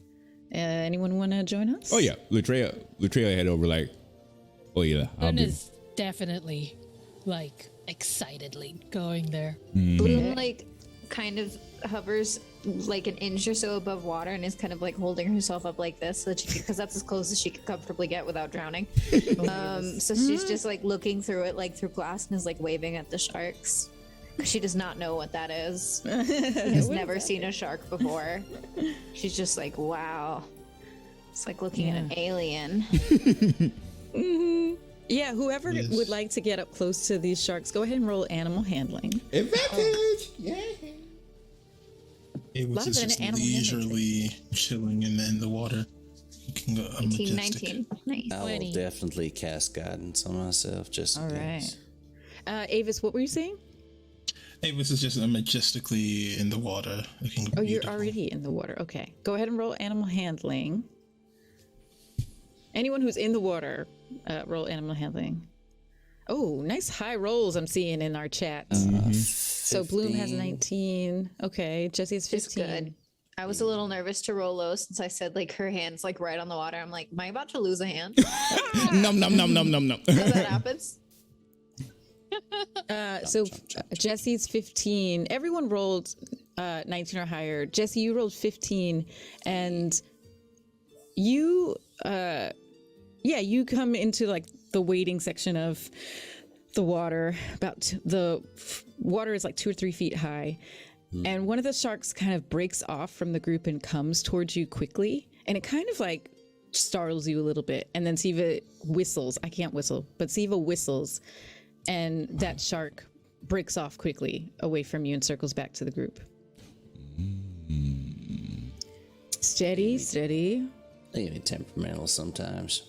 Yeah, they're friends, but they're still sharks, you know. Gotta be careful around them. So I'm petting one of the sharks. Okay. Yeah, you got a 20. Oh, you got a natural 20. So yes, you will pet a shark with that natural 20. Yeah, I was just like, nice. So I know we just spoke briefly the other day about the whole thing, like how's everything going in Presper, but I mean, what have y'all been doing there? I mean, last we heard there was like negotiation type things going on, or what's the sitch? Well, yeah, we go there every couple of months and we check in. And like I said, the people are still paranoid about Sahuagin. But they haven't been able to present any evidence about there being a Sahuagin threat. It just seems like they're paranoid about it. I don't know. Me and Lomish, we kind of play along and just, you know, we treat it as if it's a serious threat because we don't want them to, like, turn on us for not agreeing with them. But we're not convinced. I don't know. We're just... Can I make my passive insight is 17, but can I make an active insight check with guidance on myself? Yeah. Just to see if she is not as this is very funny in that I rolled what my passive insight is, so I rolled 17. Oh, funny. Yeah. That was with your guidance too? Yes, with my guidance. Okay. Yeah, you can tell that she is telling the truth. You do, though, you know this person very well. You grew up with her. Yeah. You feel like she is holding something back. Okay. And she's very good at holding this back because probably no one else would notice this. There's no like visible tells. But yeah, you just know her very well and you have a feeling there's something else she's not saying out loud. Okay. Well, you know, with what happened with the UNT that came here and everything else, I think, you know, folks have got a fair right, I guess, to be concerned about stuff. I mean, is there anything in particular you can think about that might, you know, either prove or disprove, or what is it really that you've been, that gives you the feeling that it's nothing to worry about, or...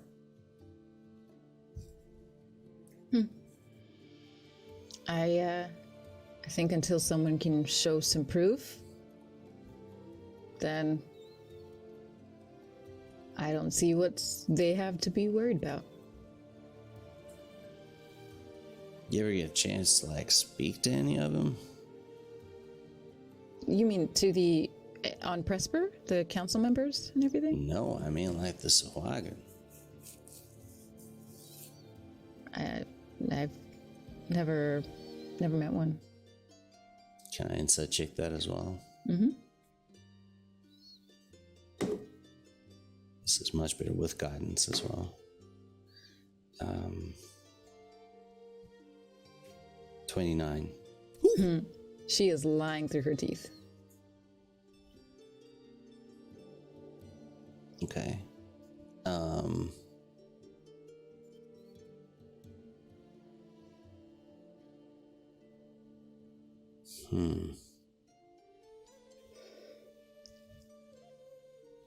Well, so Jesse just kind of like grabs his calf a little bit. He's like, I think I'm gonna get a cramp. Ah, dang it. Avis, could you help me out quick? Oh, Avis is slowly circling everyone, and he will go over to cast Thus the Restoration. Could you help me to the beach quick? I just so I can just stand a little bit better. Oh, sure. I mean, if that's what you prefer. And he'll, how far is the beach from here? Do I have to use a 4th level spell slot for this, or can I just teleport with Misty Step? You're on the beach. You're in the water, right? Yeah. Mm-hmm. Yeah, you're not far. You're probably within like 20, 30 feet of where if you said you were circling the group, you're nearby. Mm-hmm. You just swim over He'll and then walk teleport over. them. Okay. So he will help him. And Jesse is gonna be still turned away, like kind of rubbing his calf, and say, "Steve's line. Will you be able to help out with that?" Of course. Well, no one could lie to me, but if you would like for me to use magic to determine what she's hiding, I could do that as well. I think so. I'll fill you in more on the details a bit later, but yeah. Well, I was feeling much better, thank you. I can stand properly now. He sort of shakes out his ankle and kind of walks back to the others. Oh, that's better. And Avis is going to swim towards everyone, and he's going to make a big show of coming out of the water very beautifully. And as he does, he will use the attention on him to disguise the fact that he is casting the Zone of Truth.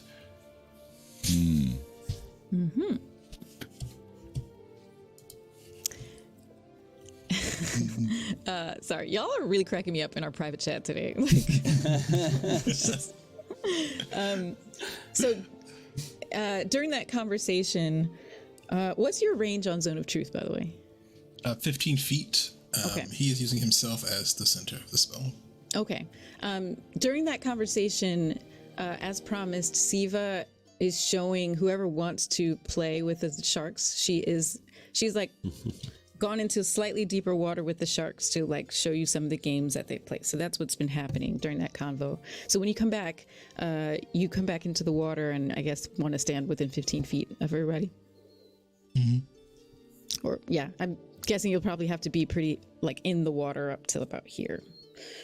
Yes, he is making himself the star of the moment. Yes, so you can come back into the water majestically, and Sloon does not. Does not care. Does not No, stare doesn't respectfully. care at all. Isn't looking respectful. Sloon is playing with her shark. That is what Sloon is doing. Staring point blank at her shark, petting the shark. Yeah. She is. I'm sorry, Steve. I kind of was cramping up there while you were answering me. You said you've never met one of these Sahuagin? She does somersaults in the water.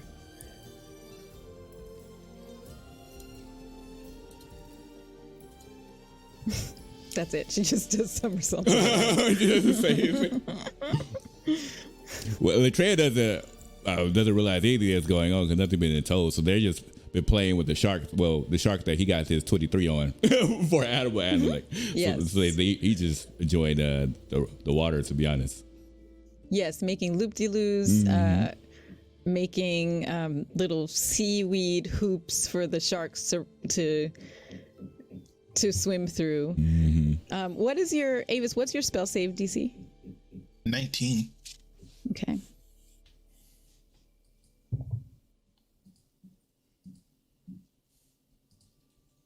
Really good at magic. So this affects all of us in this little space, right? Yeah. Yeah, everyone who's within 15 feet of Avis. Oh, okay. Yeah. What's the save again? 19, right? 19. Charisma DC 19. Charisma? Well, I should even try I this. fail. Well, I mean, I'm not holding anything. Why would he hold anything? He'll tell the truth, so. So it says on a failed save, a creature can't speak a deliberate lie while in radius. You know whether each creature succeeds or fails on its saving throw. Avis. So you know that she failed her saving throw. It also says an affected creature is aware of the spell and can thus avoid answering questions to which it would normally respond with a lie. Such a creature can be evasive in its answers as long as it remains within the boundaries of the truth. So she's just doing somersaults in the water. rather than answering that question. Friend, you wouldn't be trying to avoid answering a question, would you? That's so rude. She stands up in the water and doesn't say anything. Must be time for dinner now, right? No. I really do think it's probably time for dinner. Totally not time for dinner. We still have at least 15 minutes. Siva, you might not want to answer for some reason, but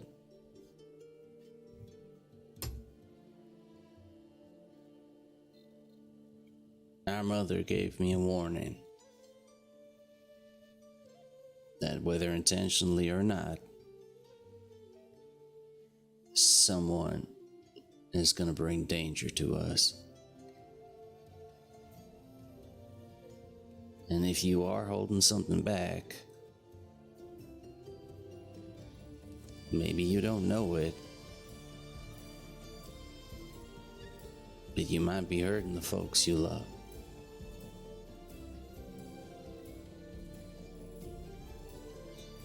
I don't want to hurt any of you. I know. That's why we're talking, right? I think maybe something happened more than what you've told here, or maybe somebody has given you a different argument that has led you to believe that maybe the Sahuagin are not a threat, but the mother doesn't think so. And I don't think it's your fault. Why doesn't she tell me herself? I happened to be there at the time when the message needed to get passed, I guess. When dealing with good old Chucklehead doing stupid things again. And had him apologize to Everly, and we brought some stuff back, and then Everly passed a message to me.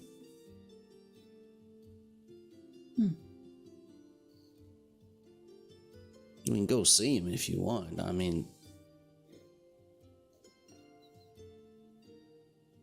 Might just do that. if you don't want to talk about it, it's okay. Just, something's wrong. Maybe you're been played somehow. You know, we were planning on heading out to Presper anyway, so maybe we can help you. When you say maybe you're being played, you see a flash of anger on her face momentarily. And then she goes back to trying to be this kind of neutral facade.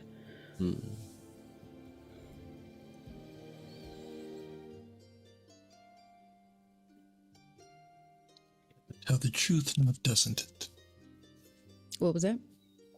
I said it feels better to tell the truth now, doesn't it?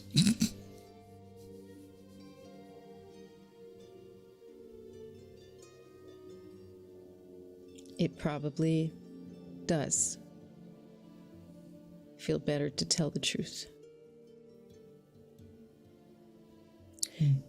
And with that, she flips back into the water and swims deeper into the ocean away from the island, and the sharks follow her. Wait. So to clarify, I was swimming. So did I hear any of that, or was I still in the shark? Because I was just having a great time in the water. So suddenly the shark just take off. Like, wait, what's happening? It was exactly right. I was right there with you. Yeah. With you, literally. Like, Bloom was just hovering over it, using druid craft to pull up blobs of water and raise it so a shark can actually look her in the face with the water still around it, and she's looking at it, just kind of that stuff. And then it just leaves, and she's the water drops. She's like, oh. Yeah, and probably felt the magic of the zone of truth. Yeah, and we did. But she's not paying attention. She doesn't want to pay attention to whatever they're doing just because she has no secrets to reveal, but she still doesn't feel comfortable with the zone of truth and doesn't want to participate in it. Yeah, and I will say, it's similar to Sloon, like Latreyu and Bloom. If you for your character choose that you weren't paying attention, you don't. Yeah. Wait, Yeah. I was kind of, but like not. The Okay. moment I felt the zone of truth, I was like, I don't have anything to hide, but I'm also like new here, so let me just be quiet and Yeah. play with the cute shark that is like this close to my face. Yeah, because Latreya was deep in the water wherever because they were doing the whole swimming aspect, so they might not even been in the Zone of Truth since they were swimming. But I think that's where the confusion may lie, because if they start to take off, I think Latreya will follow suit, because he's assuming that it's part of the game that they're playing. Nobody told him that they're just leaving, so he actually would have continued following Siva and the sharks, unless somebody would have mentioned otherwise. Yeah. Does anyone call Latreyu back? I mean, Ava's just gonna Misty step himself over to her as soon as, so his job is done. Jesse will fly up above there and just like, we're gonna probably leave her alone for now. Oh, this is not part of the game? No, this is somebody's figuring out they might have made an oopsie and need to figure out how to deal with it. When did the oopsie happen? Okay, and they'll start to swim back to the shore from there. Okay. And then if everybody's gathered, Jesse will just say, sorry about the minor theatrics there, but when we went to go bring those gems back to Adelaide last night or yesterday, I was given a message by the mother about somebody who's been invited who belongs here but might be bringing trouble. And the list of that is it could be a whole number of people. Well, Siva's one for sure. So, I think maybe she's been caught up in something she didn't necessarily fully understand, or at least somebody spoke to her in a convincing enough way that made her believe that there wasn't a problem.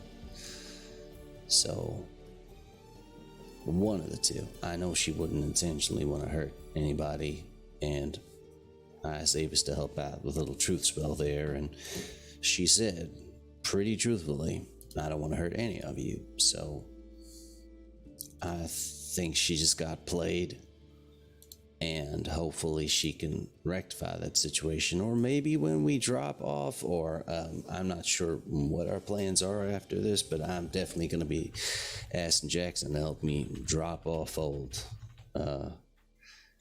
Montre and speak to my old captain for him. Might dig around a bit in Presper to find out a few things while I'm there. And no, Sloan, this doesn't mean that we are putting off heading towards Swamp Town to deal with, Mr. Pointy Hat. There's a lot of things happening. Don't worry about it. It's not like he's he's in a hurry or anything. No, it's not like he's, speaking to the Zentarum and anyway. He's still afraid. I have this thing. It's okay. Yeah. We're good. And then I check in on Daemon because I haven't talked to him for a while. We're good, right, buddy?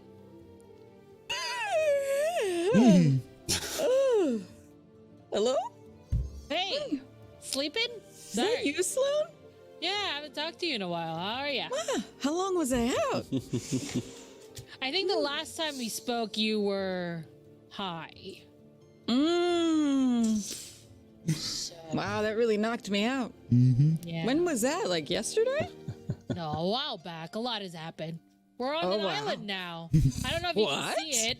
And just like Sloon just does this. Or can you see through my, I don't even know how you work being in the ring, but like, look, we're in an island now. It's so beautiful here. Wow. Yeah. Bloom like leans in closer to Sloon and goes, "What are you doing?" Yeah, that's right. No one else can hear this voice. Yeah, only I. Oh, there's a man who lives in my finger. Okay. There's a man who lives She's in my like finger. she's like looking through her pouches like, Those do I were have another one words. of those satchels? Are you okay? Do you need anything, Sloan?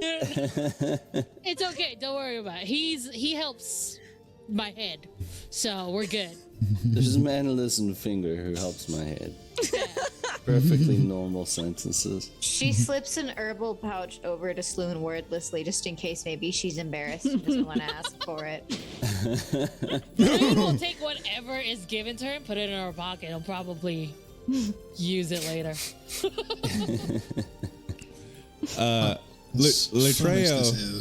Latrell will look up over at the sea.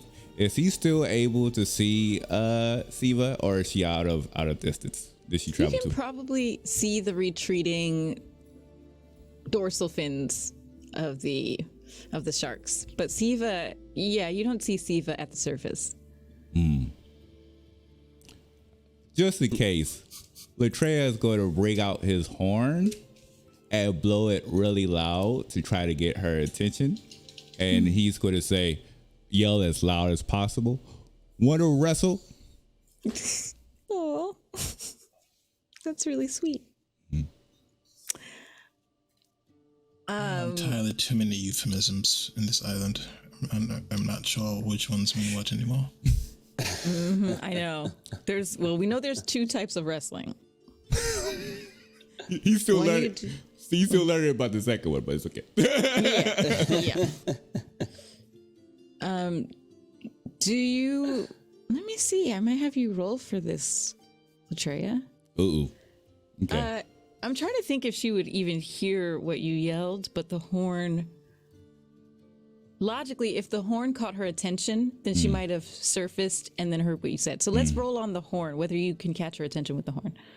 It would be loud enough. Okay, sorry. I'm like logicking through this. Let's just roll and see.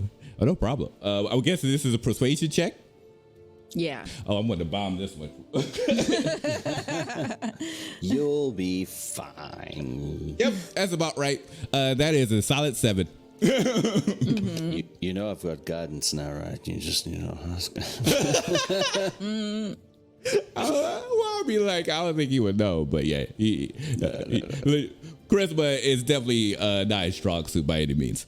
But yeah, he got a good old 7.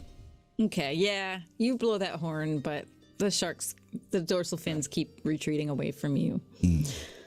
Thought that may help. Since she had and he looks towards Jesse. A oopsie, right? Yeah, an oopsie. Hopefully not a bad oopsie, but I think maybe someone on the Sahuagin side has been convincing her, and probably Lomesh as well, because they're as tight as can be. I mean, obviously, brother and sister and all. That they're not a threat. So, how about we go enjoy some dinner, and I fill grandmother in. Oh, we do that, and I should probably stay here for a little longer, because the zone of truth doesn't just go away; it kind of continues for a while. But there's also, Yuki has asked for me to join her up north. I'm not entirely sure if she intends to leave tomorrow or not, but well, it may be. Well, I will be heading with the dragons to Vasa, at least to help show them their home, and then I will rejoin you all after everything's done. Can I come with you to Vasa? Sure, it's my home. Cool. Thanks. I just want to see a little bit more while I'm traveling. It's cold. Very, very cold. That's okay. Okay. I'll figure it out. Ellie, you've got the helm, right? How often can you use that thing? Is it just once per day? I think it's something like that. Let me try to remember. Search his notes. Like Elliot is just standing there going, Rubbing the chin, rubbing the chin, Search rubbing the my chin. brain. It is charges based. There are charges, yes. I did not put it in my notes, so now I have to just Google it. Okay.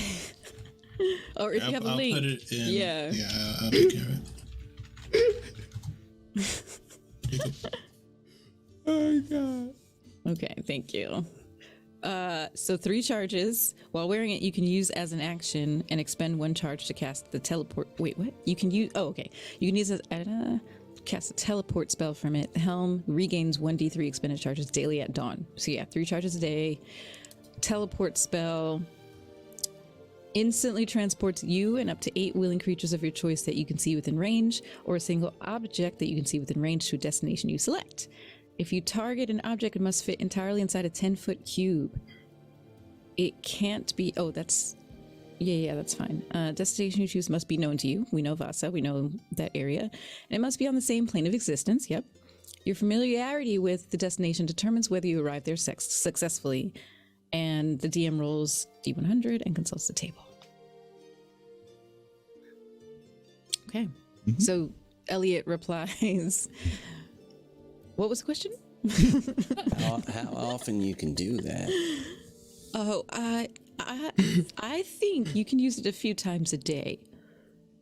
Okay, well, I don't know if anybody wants to come with me to Presper, but I was going to ask Jackson if he would come with me.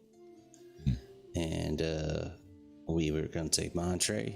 And if y'all are going to take the dragons, teleport the dragons up to Vasa, neither come back here or teleport back here or teleport out to Presper. I think we would have to teleport back here. I don't know if we're very familiar with I don't even know how to pronounce it. Pressborough. I am gonna go where Treebush is going. If Treebush wants to go to Vasa to be dropped off, I won't begrudge him, but I'm gonna have to ask him where he wants to go. I want to at least say a proper goodbye if he does decide to go and stay in Vasa. So, but if he decides to not go and he wants to come with Jackson, then I will happily join you in that trip to, where is it again? Presper? Presper. We've been there before. Have we? I've been so many places. We have. So many people. You've literally been so many been people. together. Now that's actually true. Now It's true. Yeah. We've all been together for most of the trips, actually. So, I mean, we've all been there at the same time. I see.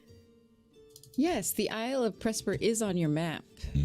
On our... Actually, Brandy, we need to get you a copy of this map if you don't already have it. I don't have a map. No. I Yeah, thought we'll this get was just that to like you. a in character. You all have maps. And I was like, okay. No. Yeah, we can get you a PDF of that. I'll drop it in the chat here. Thank you. So we have established that on our map, this is a Faerun continent map, and the Isle of Presper is marked on here. And then it's in the Sea of Fallen Stars, on the west side of the Sea of Fallen Stars. Just east of the Isle of Presper and west of Dragon Isle is where the Isle of Vicinthar is. But it's not on the map because it's not visible to people who aren't chosen by the mother to be invited to the island and to see it. Those maps look incredible. Yeah, I love this map, by the way. It's great. This is great. You can just zoom in so far as well. It's awesome. Yeah, it's really good. And the hexes are really helpful. Yeah. So that's where the island of Vicinthar is. And so the Isle of Presper is just to the west of it. So whenever we talk about Presper, that's what we're talking about. And I believe, I think you all on a pre-campaign mission maybe had been to Presper. Yeah. Mm-hmm. Yeah. Okay. So if you want to do anything else here on the beach, you can. But if not, we will cut forward in time to dinner. Mm-hmm. Okay. Okay. So the sun has set. That circular table is just filled with beautiful delicacies and delicious things prepared by the Diaz family. There are torches for light, probably some glowing orbs too. I'm gonna say the moon is out, so it's a really nice semi-starry sky. And you all sit down for this meal with the family and with their close friends. You notice that Lomesh is there, but Siva is not.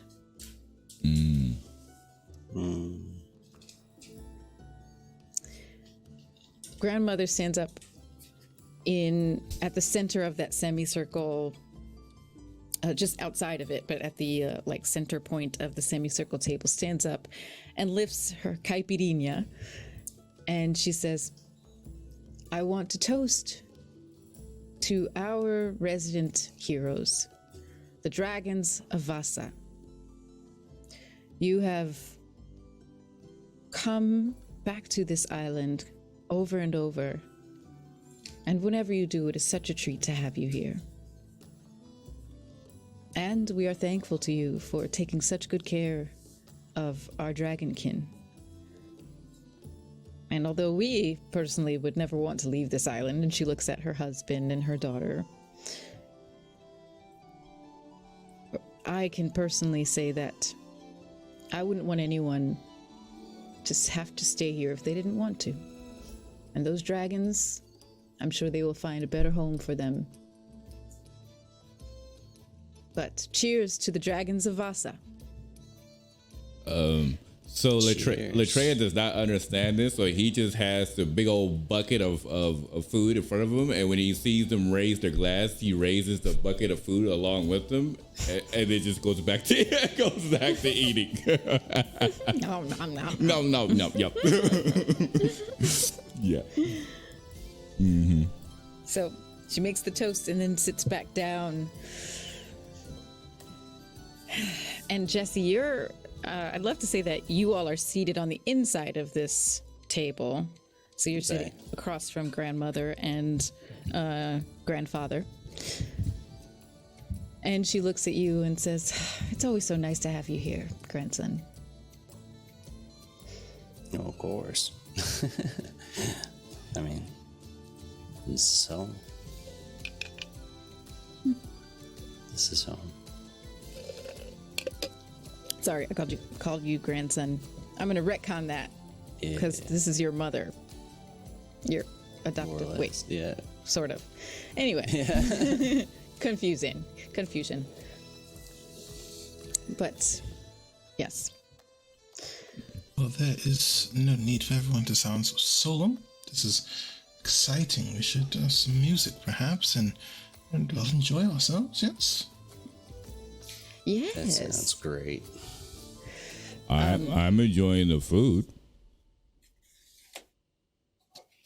I'm sure you are, my friend. I'm sure you are. Jesse's children are squirming in their seats, and one of them turns to you, Avis, and says, can you play some music for us? Of course. That he is going to play play some salsa music, because why not? You know, Nice. everyone can partner, enjoy yourselves, and he's gonna do it. He's gonna do that. Nice. And Sloon is gonna make some little minor illusions of like lights and little things that they can chase after, to entertain the children as well. So, yes, dancing lights, salsa music, plenty of food. This party is well underway. And Bloom, how are you handling your caipirinhas? Probably not terribly well. I did not bring as many rocks with me. I wasn't as hungry anymore. So I only had a few rocks and a little bit of normal tree bark, just for some a lot lighter cuisine. Do you want me to roll Constitution? Because I think if we're already like, if they've like toasted and we're like underway, I'm probably on drink number 2. Yes, go ahead. Okay. Yes. Make it a con save this time. Okay, let's see. Oh, that's a 7. Oopsies. How does it look when you get twisted from your second caipirinha? So, Bloom's skin is normally like very pink, like very not like hot pink, but it's just like very vibrant, princessy pink. This is the color of her skin, and but now her face has like a hot pink like blush just over her nose and her cheeks, and her she has pink eyes with like little kind of almost heart-shaped pupils. They are now very blown out, and there's just a thin ring of pink, and she doesn't have sclera. It's just pink and pupil, and it is now mostly pupil, and she is still flying, but like back and forth a little bit. She can't stay still anymore, and it's like the movements are like a little jerky and a little wonky, kind of like if she were walking, she'd be tripping. And so she's just like, oh, whew, that feels I can't feel my nose. And the nose is like very, very hot pink, like even more than the cheeks. And she's just like kind of like twitching it and is like, You want some? Yeah. You want some food? she like looks at the bucket. No, thank you. Okay. Jesse's And then smallest she's like, Jesse's smallest child has been dancing nearby and notices you kind of oh, stumbling, but like, you know, in the air, and tries to start catching you. oh no, oh, Come here. Come here. oh. And she's like she's just dodging and like lifting her feet up, but like in lifting her feet up, she somersaults like a good 4 feet because she can't stop herself. And then when she finally does, she's like, oh. Yes. Can you do a dexterity with disadvantage? Great. Yeah, that's great. Let me see. It's a 19 plus 4, but I have to roll again because disadvantage, right? Yeah. That's a 5 plus 4. So Okay, well. it's 9. Yeah. Oh no. So this child unfortunately catches you. James, buddy, if you want to dance with her, just ask nicely. Don't try to catch her. Come. Oh, sorry. And he lets you go. It's okay. She's very dizzy. And it is only 50% because she just somersaulted for several feet unintentionally. And she just kind of like waves at the child, and just because she's like, Dance. maybe later. Maybe, and then she's like, okay, please work. And she makes like some flowers for a crown, but it's probably coming out very lopsided. But it's still, it's flowers. And she like lowers it to rest on the child's like head. It's like, there you go. Oh, And to distract it so she can leave. And she just like kind of flies towards the nearest tree so she has something solid to hold on to. But she can't see very well anymore. It's kind of a thing that happens when your pupils are huge. So she hopes it's a tree, but she's just like pressed up against something solid on the like behind her, and she's just like, oh boy. I'm gonna say it's not a tree. Okay. And Oh boy. you press up against this solid thing and you feel it breathing. And when you look up at what it is, you see the bottom view of Siva's face. And she looks down at you. Hello. Doing okay there? Human drink is very interesting. You are very pretty. Thank you. You too. Thank you. You're not a tree. No, I'm not a tree. Do you want to lift to a tree? That would be really great. Thank you. Okay. And she scoops you up in her arms and then walks over to a palm tree nearby and kind of sets you up as far as she can up into its little nest. Clenching into this tree with both hands.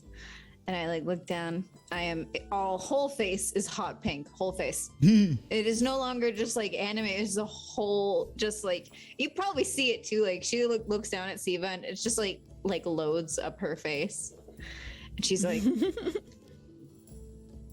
thank you. And she almost falls off the tree, but she clamps into it. And she's like, if you see any good rocks, could you maybe send Sloan over here with some rocks? Sure. Thank you. Okay. Siva walks away and surveys the party, looks around, see where everyone's sitting. Sloan, are you sitting and eating at this point, or where are you? I'm just playing around with the magic lights or whatever, but I am in the area, yeah. Okay. Yeah, she is going to kind of sidle up to you, Sloan, and say, your fairy friend is in the tree and she asked for rocks? She asked for rocks? Yeah, she seems a little tipsy. Okay. A lot tipsy. Where is Treebush at this time? You evil. I'm gonna say Treebush is over with the dragons, the other dragons. Unless you... Are they having here with the dinner? I'm gonna say no, they weren't attending the dinner, but I feel like we established that there's a way that you all call your dragons, like a whistle or something. I forget. Right? I definitely do that. Okay. I call Treebush over.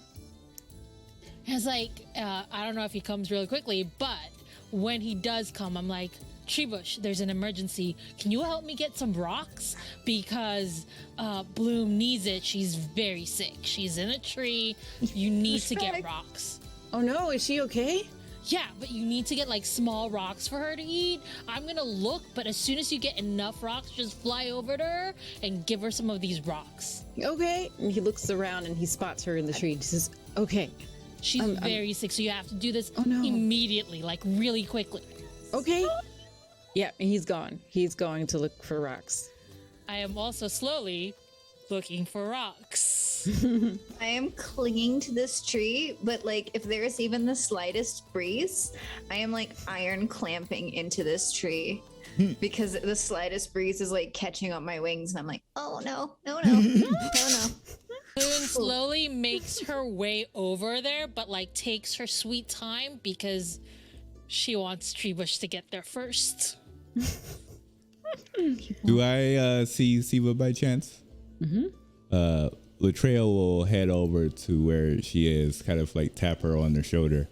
He says, and when he does, he says, so, do you want to wrestle? Jesus Christ. She looks at you in the eyes and she says, I'm sorry, I'm just not in the mood to wrestle. It's not the second wrestle. When I wrestle, it makes me feel better. So I was thinking maybe this will make you feel better. Maybe, yeah, maybe tomorrow. Oh, Sure? Okay. boy. All right. Well, Yeah. they just know that people make mistakes and it's not your fault.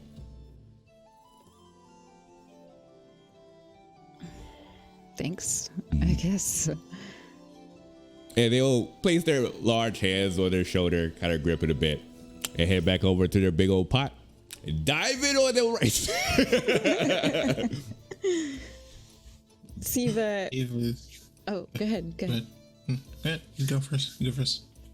Well, I was just gonna say that Siva, yeah, she looks around, she sees Latreyu walk back to his pot, sees the rest of you dining, and kind of meanders over to the table and chooses a spot.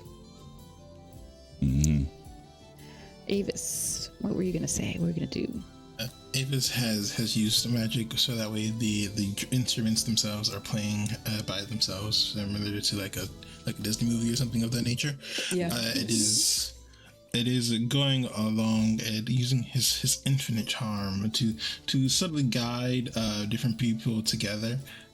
Kind of like how you network with people and you kind of, slowly guiding people the way they're moving. So that way, Jesse is with his family. Latreyu and Shiva somehow end up together, and then no one really notices it. And Bloom Bloom doesn't get moved, but like every saloon gets kind of pushed faster in that direction as everyone gets kind of get caught up in the movement of the music. Cool. Jesse is also going to be taking some time to dance with Lomash. I think that'll be fun. Okay. Avis, I'm sorry. What I think I missed it. What did you say? Siva is being moved somewhere? Closer to the tree. Oh, closer to Latreyu. Okay.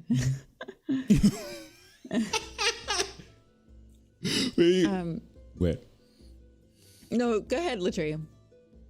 No, I think kind of looks over. He says, "Now I don't normally offer this, but do you want some food?"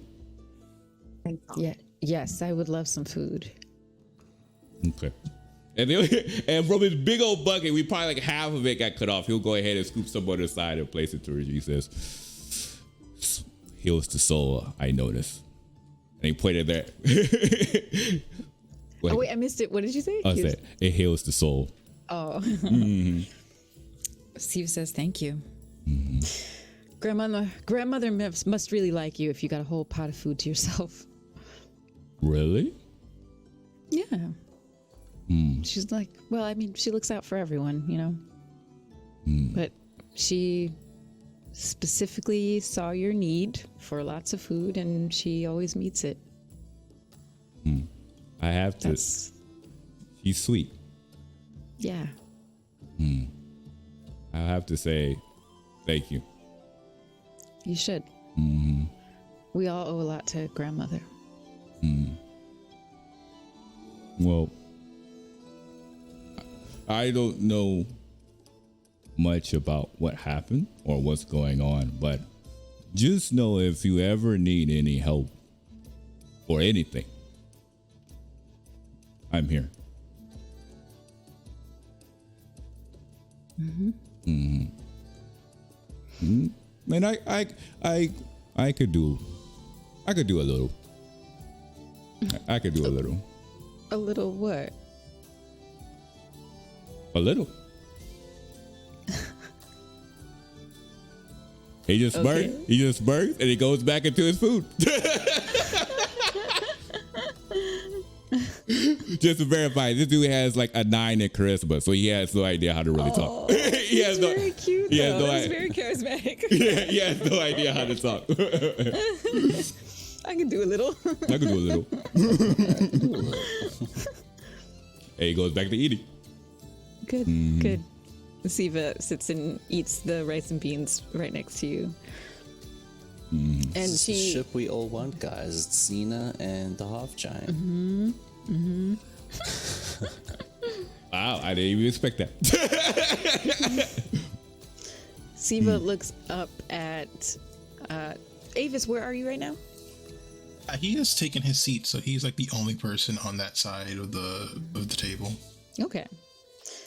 So you're kind of like on the other side of the semicircle table, and Siva looks up towards Avis and to you, Latreyu. She says, "That was some trick that he pulled before, huh? He In does. the ocean." He does that often. You get some information out of people. But I don't think he meant to be mean by it. He just, like everyone, just wanted to help. And it's hard not to be able to help if you don't know how to help. So now we kind of know how to help. Do you? A little. How would you help me, Latreia? I need a wisdom saving to throw to see if he knows what that means. Oh, he catches it.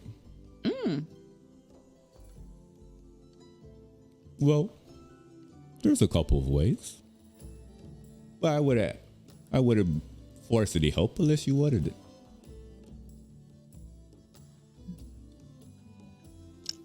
I'm not even sure what I want. I know. I'm often the same. It's hard to know what we want, especially at times like this. But when you find out, you'll know. And then I'll be there. When the rain starts to fall. Oh, sorry. What? A lot more romantic than my background music in my head. So he nods, and he goes back to chewing. And Siva watches Latreia for a second and then looks at Avis, Jessie dancing with her brother. And Avis, are you watching this exchange, even just kind of like peripherally? Yeah, but he is pretending enough to not be watching it, so it's not like super obvious. Yeah. Why don't you go ahead and roll insight? Natural 20. It's Nice. 29. Yo, this is what Wow. this does, though. Social encounter. Yeah. Yeah. So with your not obviously watching, but definitely watching, you see as she sits back and kind of looks at the rest of your companions, you get the strong sense that she has a decision to make. And with that, we will end today's session. Is her decision leave tonight, live and die this way?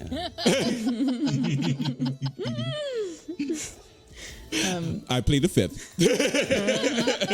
By the way, the song, I don't know if that's what you were starting to sing, Aries, but I was hearing the Baywatch song again. That's how it goes. I'll be there. Like That was the Friends theme song. oh yeah, okay, that's what I thought you were doing. And then I was like, I'll be there. I'll be there. Oh wow. Wow, what is it? Man. So first of all, thank you all for coming by. I hope you enjoyed this stream. Thank you again to the wonderful Elisa for always being just a fantastic storyteller, DM. Thank you to this great cast for bringing in such a great role. All your characters are just phenomenal. And thank you to our viewers, because without you all, we wouldn't be here. So Yes. I hope you enjoyed our session. We're going to go ahead and film our after show. 2-0. Yep, we hit the big 2-0. Yes! Which is crazy. Which is We're crazy. almost legal in America. Yeah. Just one more year. One more. So we're going to go ahead and film our after show, which if you would like, you can join us by joining our Patreon, where of course we'll unravel about the many incidents that we have for today. And with that, again, we're not going to be here for next week. So happy Thanksgiving for everyone. And we'll see you all in 2 weeks for our episode 21 of Lords of Faerun. Until then, farewell for now. He